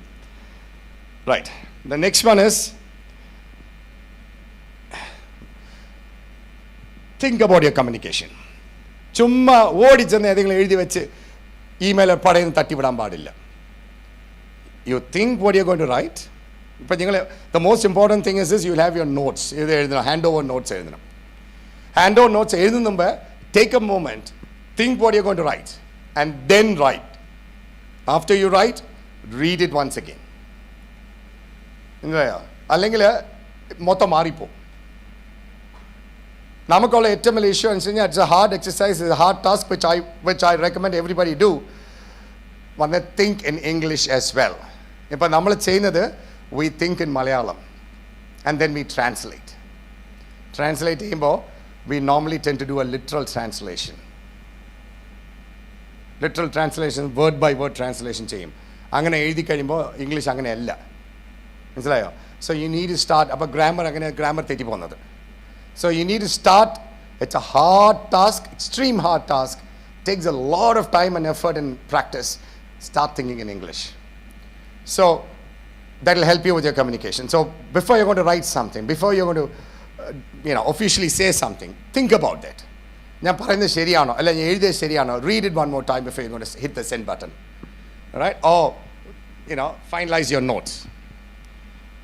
Kim, all the notes are in this thing, isn't it? Like all online, right? Nowadays, handover notes. Some hospitals are still some hard copy, some electronic. Right. So sometimes you've got to learn both. Yeah. Right. So that's important. So that's why I'm saying before you hit the save button or before you hit the send button, read it one more time. All right? Oh my God, it's already 3:30. We need to finish it now. Now, നമ്മുടെ clinical സെറ്റിങ്ങിലാട്ടും ശരി നമ്മുടെ എന്നായാലും ശരി, if you're not sure, if you're unsure, please ask. Don't assume. Right? Please ask. When you're not sure, ask. Again, asking is not, it doesn't, it is not degrading yourself. Asking makes you stronger. So ask, do the right thing. Can I just interrupt Sure, there? sure. I just want to say, which is a good point that you made around asking questions. So in New Zealand, if you don't ask questions, we do the opposite and we worry about you. Yeah. So we think that you're not competent to practice because you don't ask questions. All right, so please ask questions. Please engage with the staff in clinical placement because it can have the opposite effect. All right, it's not that we're seeing you as you don't know what you're talking about because you're asking a question. It's really important to ask questions. Thank you, Kim. And the next very important thing is we are all humans, all right, and we make mistakes. If you do a mistake, if you make a mistake, own up. ഞാൻ ചെയ്തു, അറിയാതെ ചെയ്തു, sorry, how can I rectify it? Don't try to hide it. Don't think that you can beat the system. So if you make a medication error, own up. Tell the person, you do what you have to do rather than trying to cover it up. Don't do that. You're only creating more trouble for yourself. If you make a mistake, own up. That's very, very, very important. All right? I just add to that. Sure. These are great. Sure. This is great. No, that's what I was. Yeah. So in New Zealand nursing, we have what we call a no blame culture or a no blame policy. So if you make a mistake, you need to own it. If you try and hide it, so I had a candidate a wee while ago. She was very nervous. It was like her first week in clinical placement, working on an orthopedic ward, and she put one of those wheat bags, for heat compression, in the microwave, but didn't put some water in it, and so it burnt. And everyone was like, "Oh my goodness, what's that smell? We can smell burning. Something's burning," and so they were worried about this fire, but it turned out, so someone found it in the rubbish bin, so she got embarrassed. She wanted to hide it because she didn't know what to do.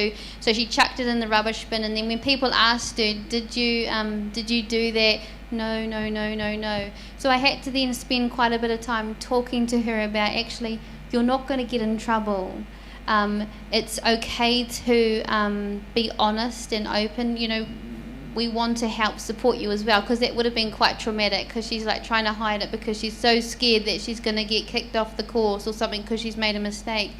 But in actual fact, it does the complete opposite. So if you try and hide it and then you're found out, that's worse for you. So we're all reflective practitioners, so it's important that you go, look, I've made a mistake, how can I fix it? Most importantly, if it's a medication error, is your patient safe? And that you've acted appropriately towards your patient. If you try and hide it and something happens to your patient, then that's a really bad thing. All right, so own it. It's okay. These things happen. We have a process that we follow. Please don't hide it. And also, Kim, can I add this? Like, you own it and make sure that you're not going to do the mistake again. You can't be doing the mistake again and say like, I did it. All right. So. And the next one is like, see, I know the Indian culture, right? Nurses are not treated with respect as much as the doctors get treated. Now, we have a hierarchy, a clear hierarchy. Doctor sits on the top. He is the God. He says everything. You have to jump and do it. It is not like that in New Zealand, right? You will be responsible for the patient. You lead his or her care. So you can't say that, oh, I didn't do that because the doctor didn't tell. It won't cut the mustard. Do you know what it says? Do you know the term, it won't cut the mustard? ഒരു slang പോലെയാണ്. Don't cut the muscle എന്ന് പറഞ്ഞാൽ കാര്യം ശരിയാവത്തില്ല, നടക്കത്തില്ലെന്ന് പറയത്തില്ലേ, അതാ പറയുന്നത്. Muscle ചെറുതല്ലേ, അത് വെട്ടാൻ പറ്റുമോ എന്താ പറയുന്നത്, നടക്കത്തില്ലെന്ന് പറയുന്നതിന് വേറൊരു ഇതാണ് metamorphosis.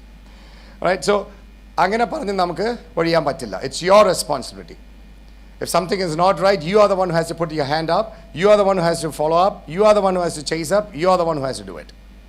Right? You can't say that, oh, I didn't do that because the doctor didn't say it. No, sorry, you can't do that. Yeah. So these are the few things I thought like I should share with you. Hope I made some sense. I don't know. Because either an experience and a life experiences in I've seen this happening time and again in New Zealand. As I said, I've been living in New Zealand for 20 years.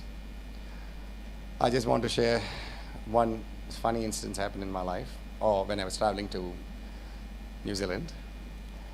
So I reached Auckland, and somebody whom I know booked the ticket, and that guy was I don't know what was going in his head. He booked a ticket because I was supposed to go down to Dunedin, right? So I booked the ticket. So this guy books a ticket from Auckland to Wellington to Christchurch to Dunedin, where you can have a direct flight to Dunedin. I don't know why he did that. Anyway, so what we call is fresh off the boat. Already ആദ്യത്തെ ദിവസമാണ്. അങ്ങനെ പോയി ഇറങ്ങുന്നു, എല്ലാവരും കാണുന്നു, നല്ല സ്ഥലം, എല്ലാവരും വെളുത്തവർ, ഞാൻ മാത്രം കറുത്തത്. അവിടെ ഒരു ബാഗും പിടിച്ചുകൊണ്ട് നടക്കുവാണ്, അതുകൂടെ എയർപോർട്ടിൽ കൂടെ അല്ല. പിന്നെ കയറി വെല്ലിംഗ്ടണിൽ ഇറങ്ങിയപ്പോൾ എൻ്റെ ഫ്രണ്ട് ഇരിക്കുന്ന പോലെ ഞാൻ ഇരിക്കുക ഒരു ചെയറിൽ, അടുത്ത ഫ്ലൈറ്റിന് വെയിറ്റ് ചെയ്ത് ക്രൈസ്റ്റേഴ്സിലോട്ട്. അപ്പം എൻ്റെ ചുറ്റും കുറച്ച് പേര് ഇരിപ്പുണ്ട്, കുറച്ച് പേര് അവിടെ ഇരിപ്പുണ്ട്. പിന്നെ അതെന്ന് അവരെല്ലാം പാട്ടും കേട്ടോണ്ട് ഏതാണ്ടൊക്കെ ചെയ്തുകൊണ്ടിരിക്കുന്നത്. അപ്പം എന്നെ പാസ് ചെയ്ത് പോകുന്ന എല്ലാ പെണ്ണുങ്ങളും എന്നെ നോക്കുന്നു. ഓ എൻ്റെ ദൈവമേ, ഞാൻ ഇത്രയും സന്തോഷപ്പെട്ടിട്ടില്ല എൻ്റെ ജീവിതത്തിൽ.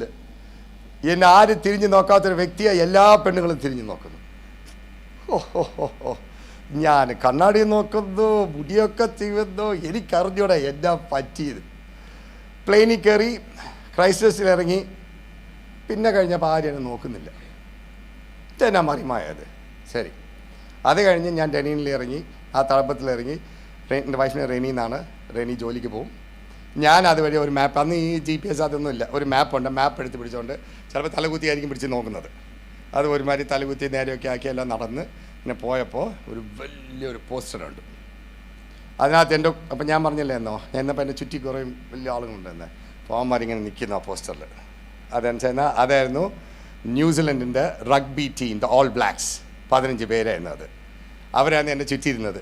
പെണ്ണുങ്ങൾ എന്നെ എല്ലാം നോക്കിയത്, അവരെയാണ് നോക്കിയത്. അപ്പോഴാണ് ഞാൻ മനസ്സിലാക്കിയത്. മനസ്സിലായോ? അങ്ങനെ ഒത്തിരി ട്രാവൽ ജോക്സ് ഉണ്ട് നമുക്കത്, അബദ്ധങ്ങൾ നടക്കുന്നത്. മനസ്സിലായോ? ആദ്യമൊക്കെ ഞാൻ പ്ലെയിനിൽ കയറിയിട്ട് എനിക്ക് കക്കൂസിൻ്റെ ഡോർ അടയ്ക്കാൻ അറിയത്തില്ലായിരുന്നു, കക്കൂസിൻ്റെ ഡോർ തുറക്കാൻ എനിക്ക് അറിയത്തില്ലായിരുന്നു. അതൊരു ഇങ്ങനെ ഫോൾഡിങ് ഡോറാണത്. അതൊരു സ്ഥലത്ത് പിടിച്ച് ഞെക്കിക്കഴിഞ്ഞാൽ അതിങ്ങനെ ഫോൾഡായി അങ്ങ് പോകും. ഇത് ഇവിടെ കിടന്ന് എല്ലായിടത്തും ഞെക്കോ, അത് വരച്ചാൽ നടുക്ക് ഞെക്കാൻ മാത്രം ഇട്ടു. അങ്ങനെ ഒത്തിരി ഉണ്ട് കഥകൾ. So you all learn from your mistakes, alright?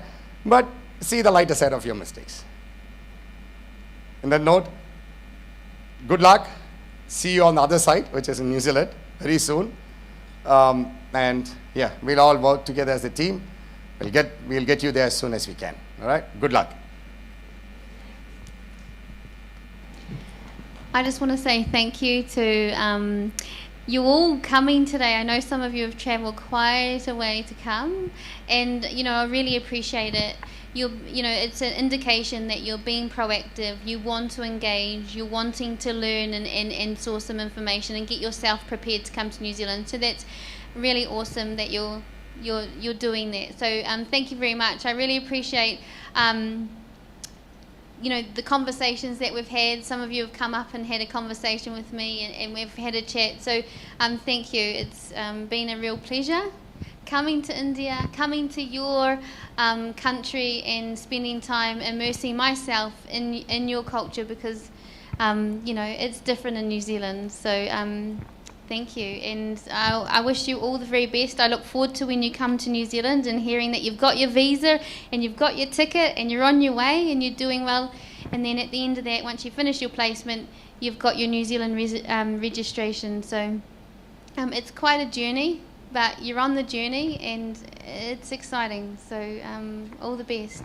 We're just going to end today's seminar with a karakia, which is a prayer in Māori, just to close it off and just to finish, and wish you all well in your journeys back home.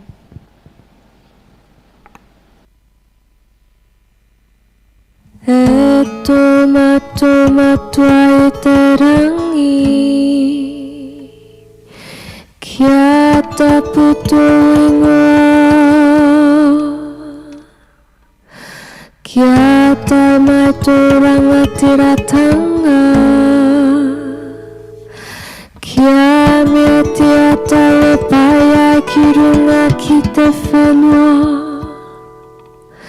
kia rite anō ki tō te rangi.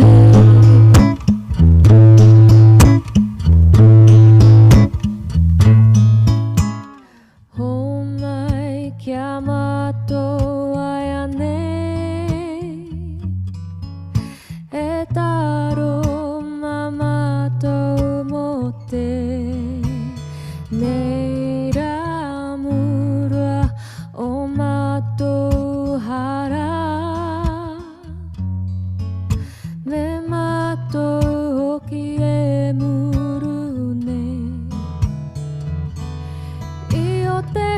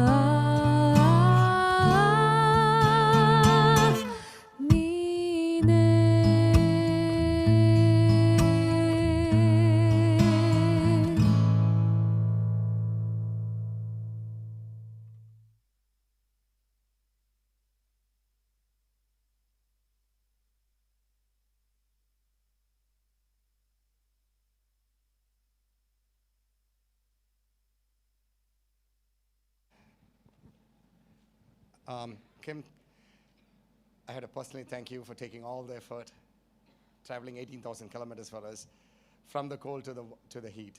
Thanks a lot. And you know, your contribution to help these people is tremendous. Thank you.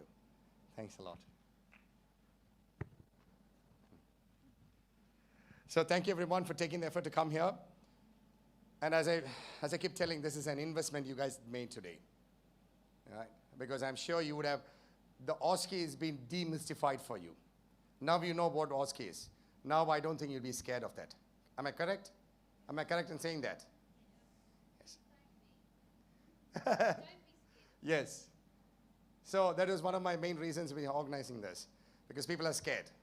So when you're scared, you will not be able to perform to your best. So it's been demystified for you. It's been explained to you. So you know exactly what you have to expect. All right? And then what? Good luck. And you guys are free to go. But remember, there's coffee and tea outside. All right? Please have coffee and tea, please. And some snakes.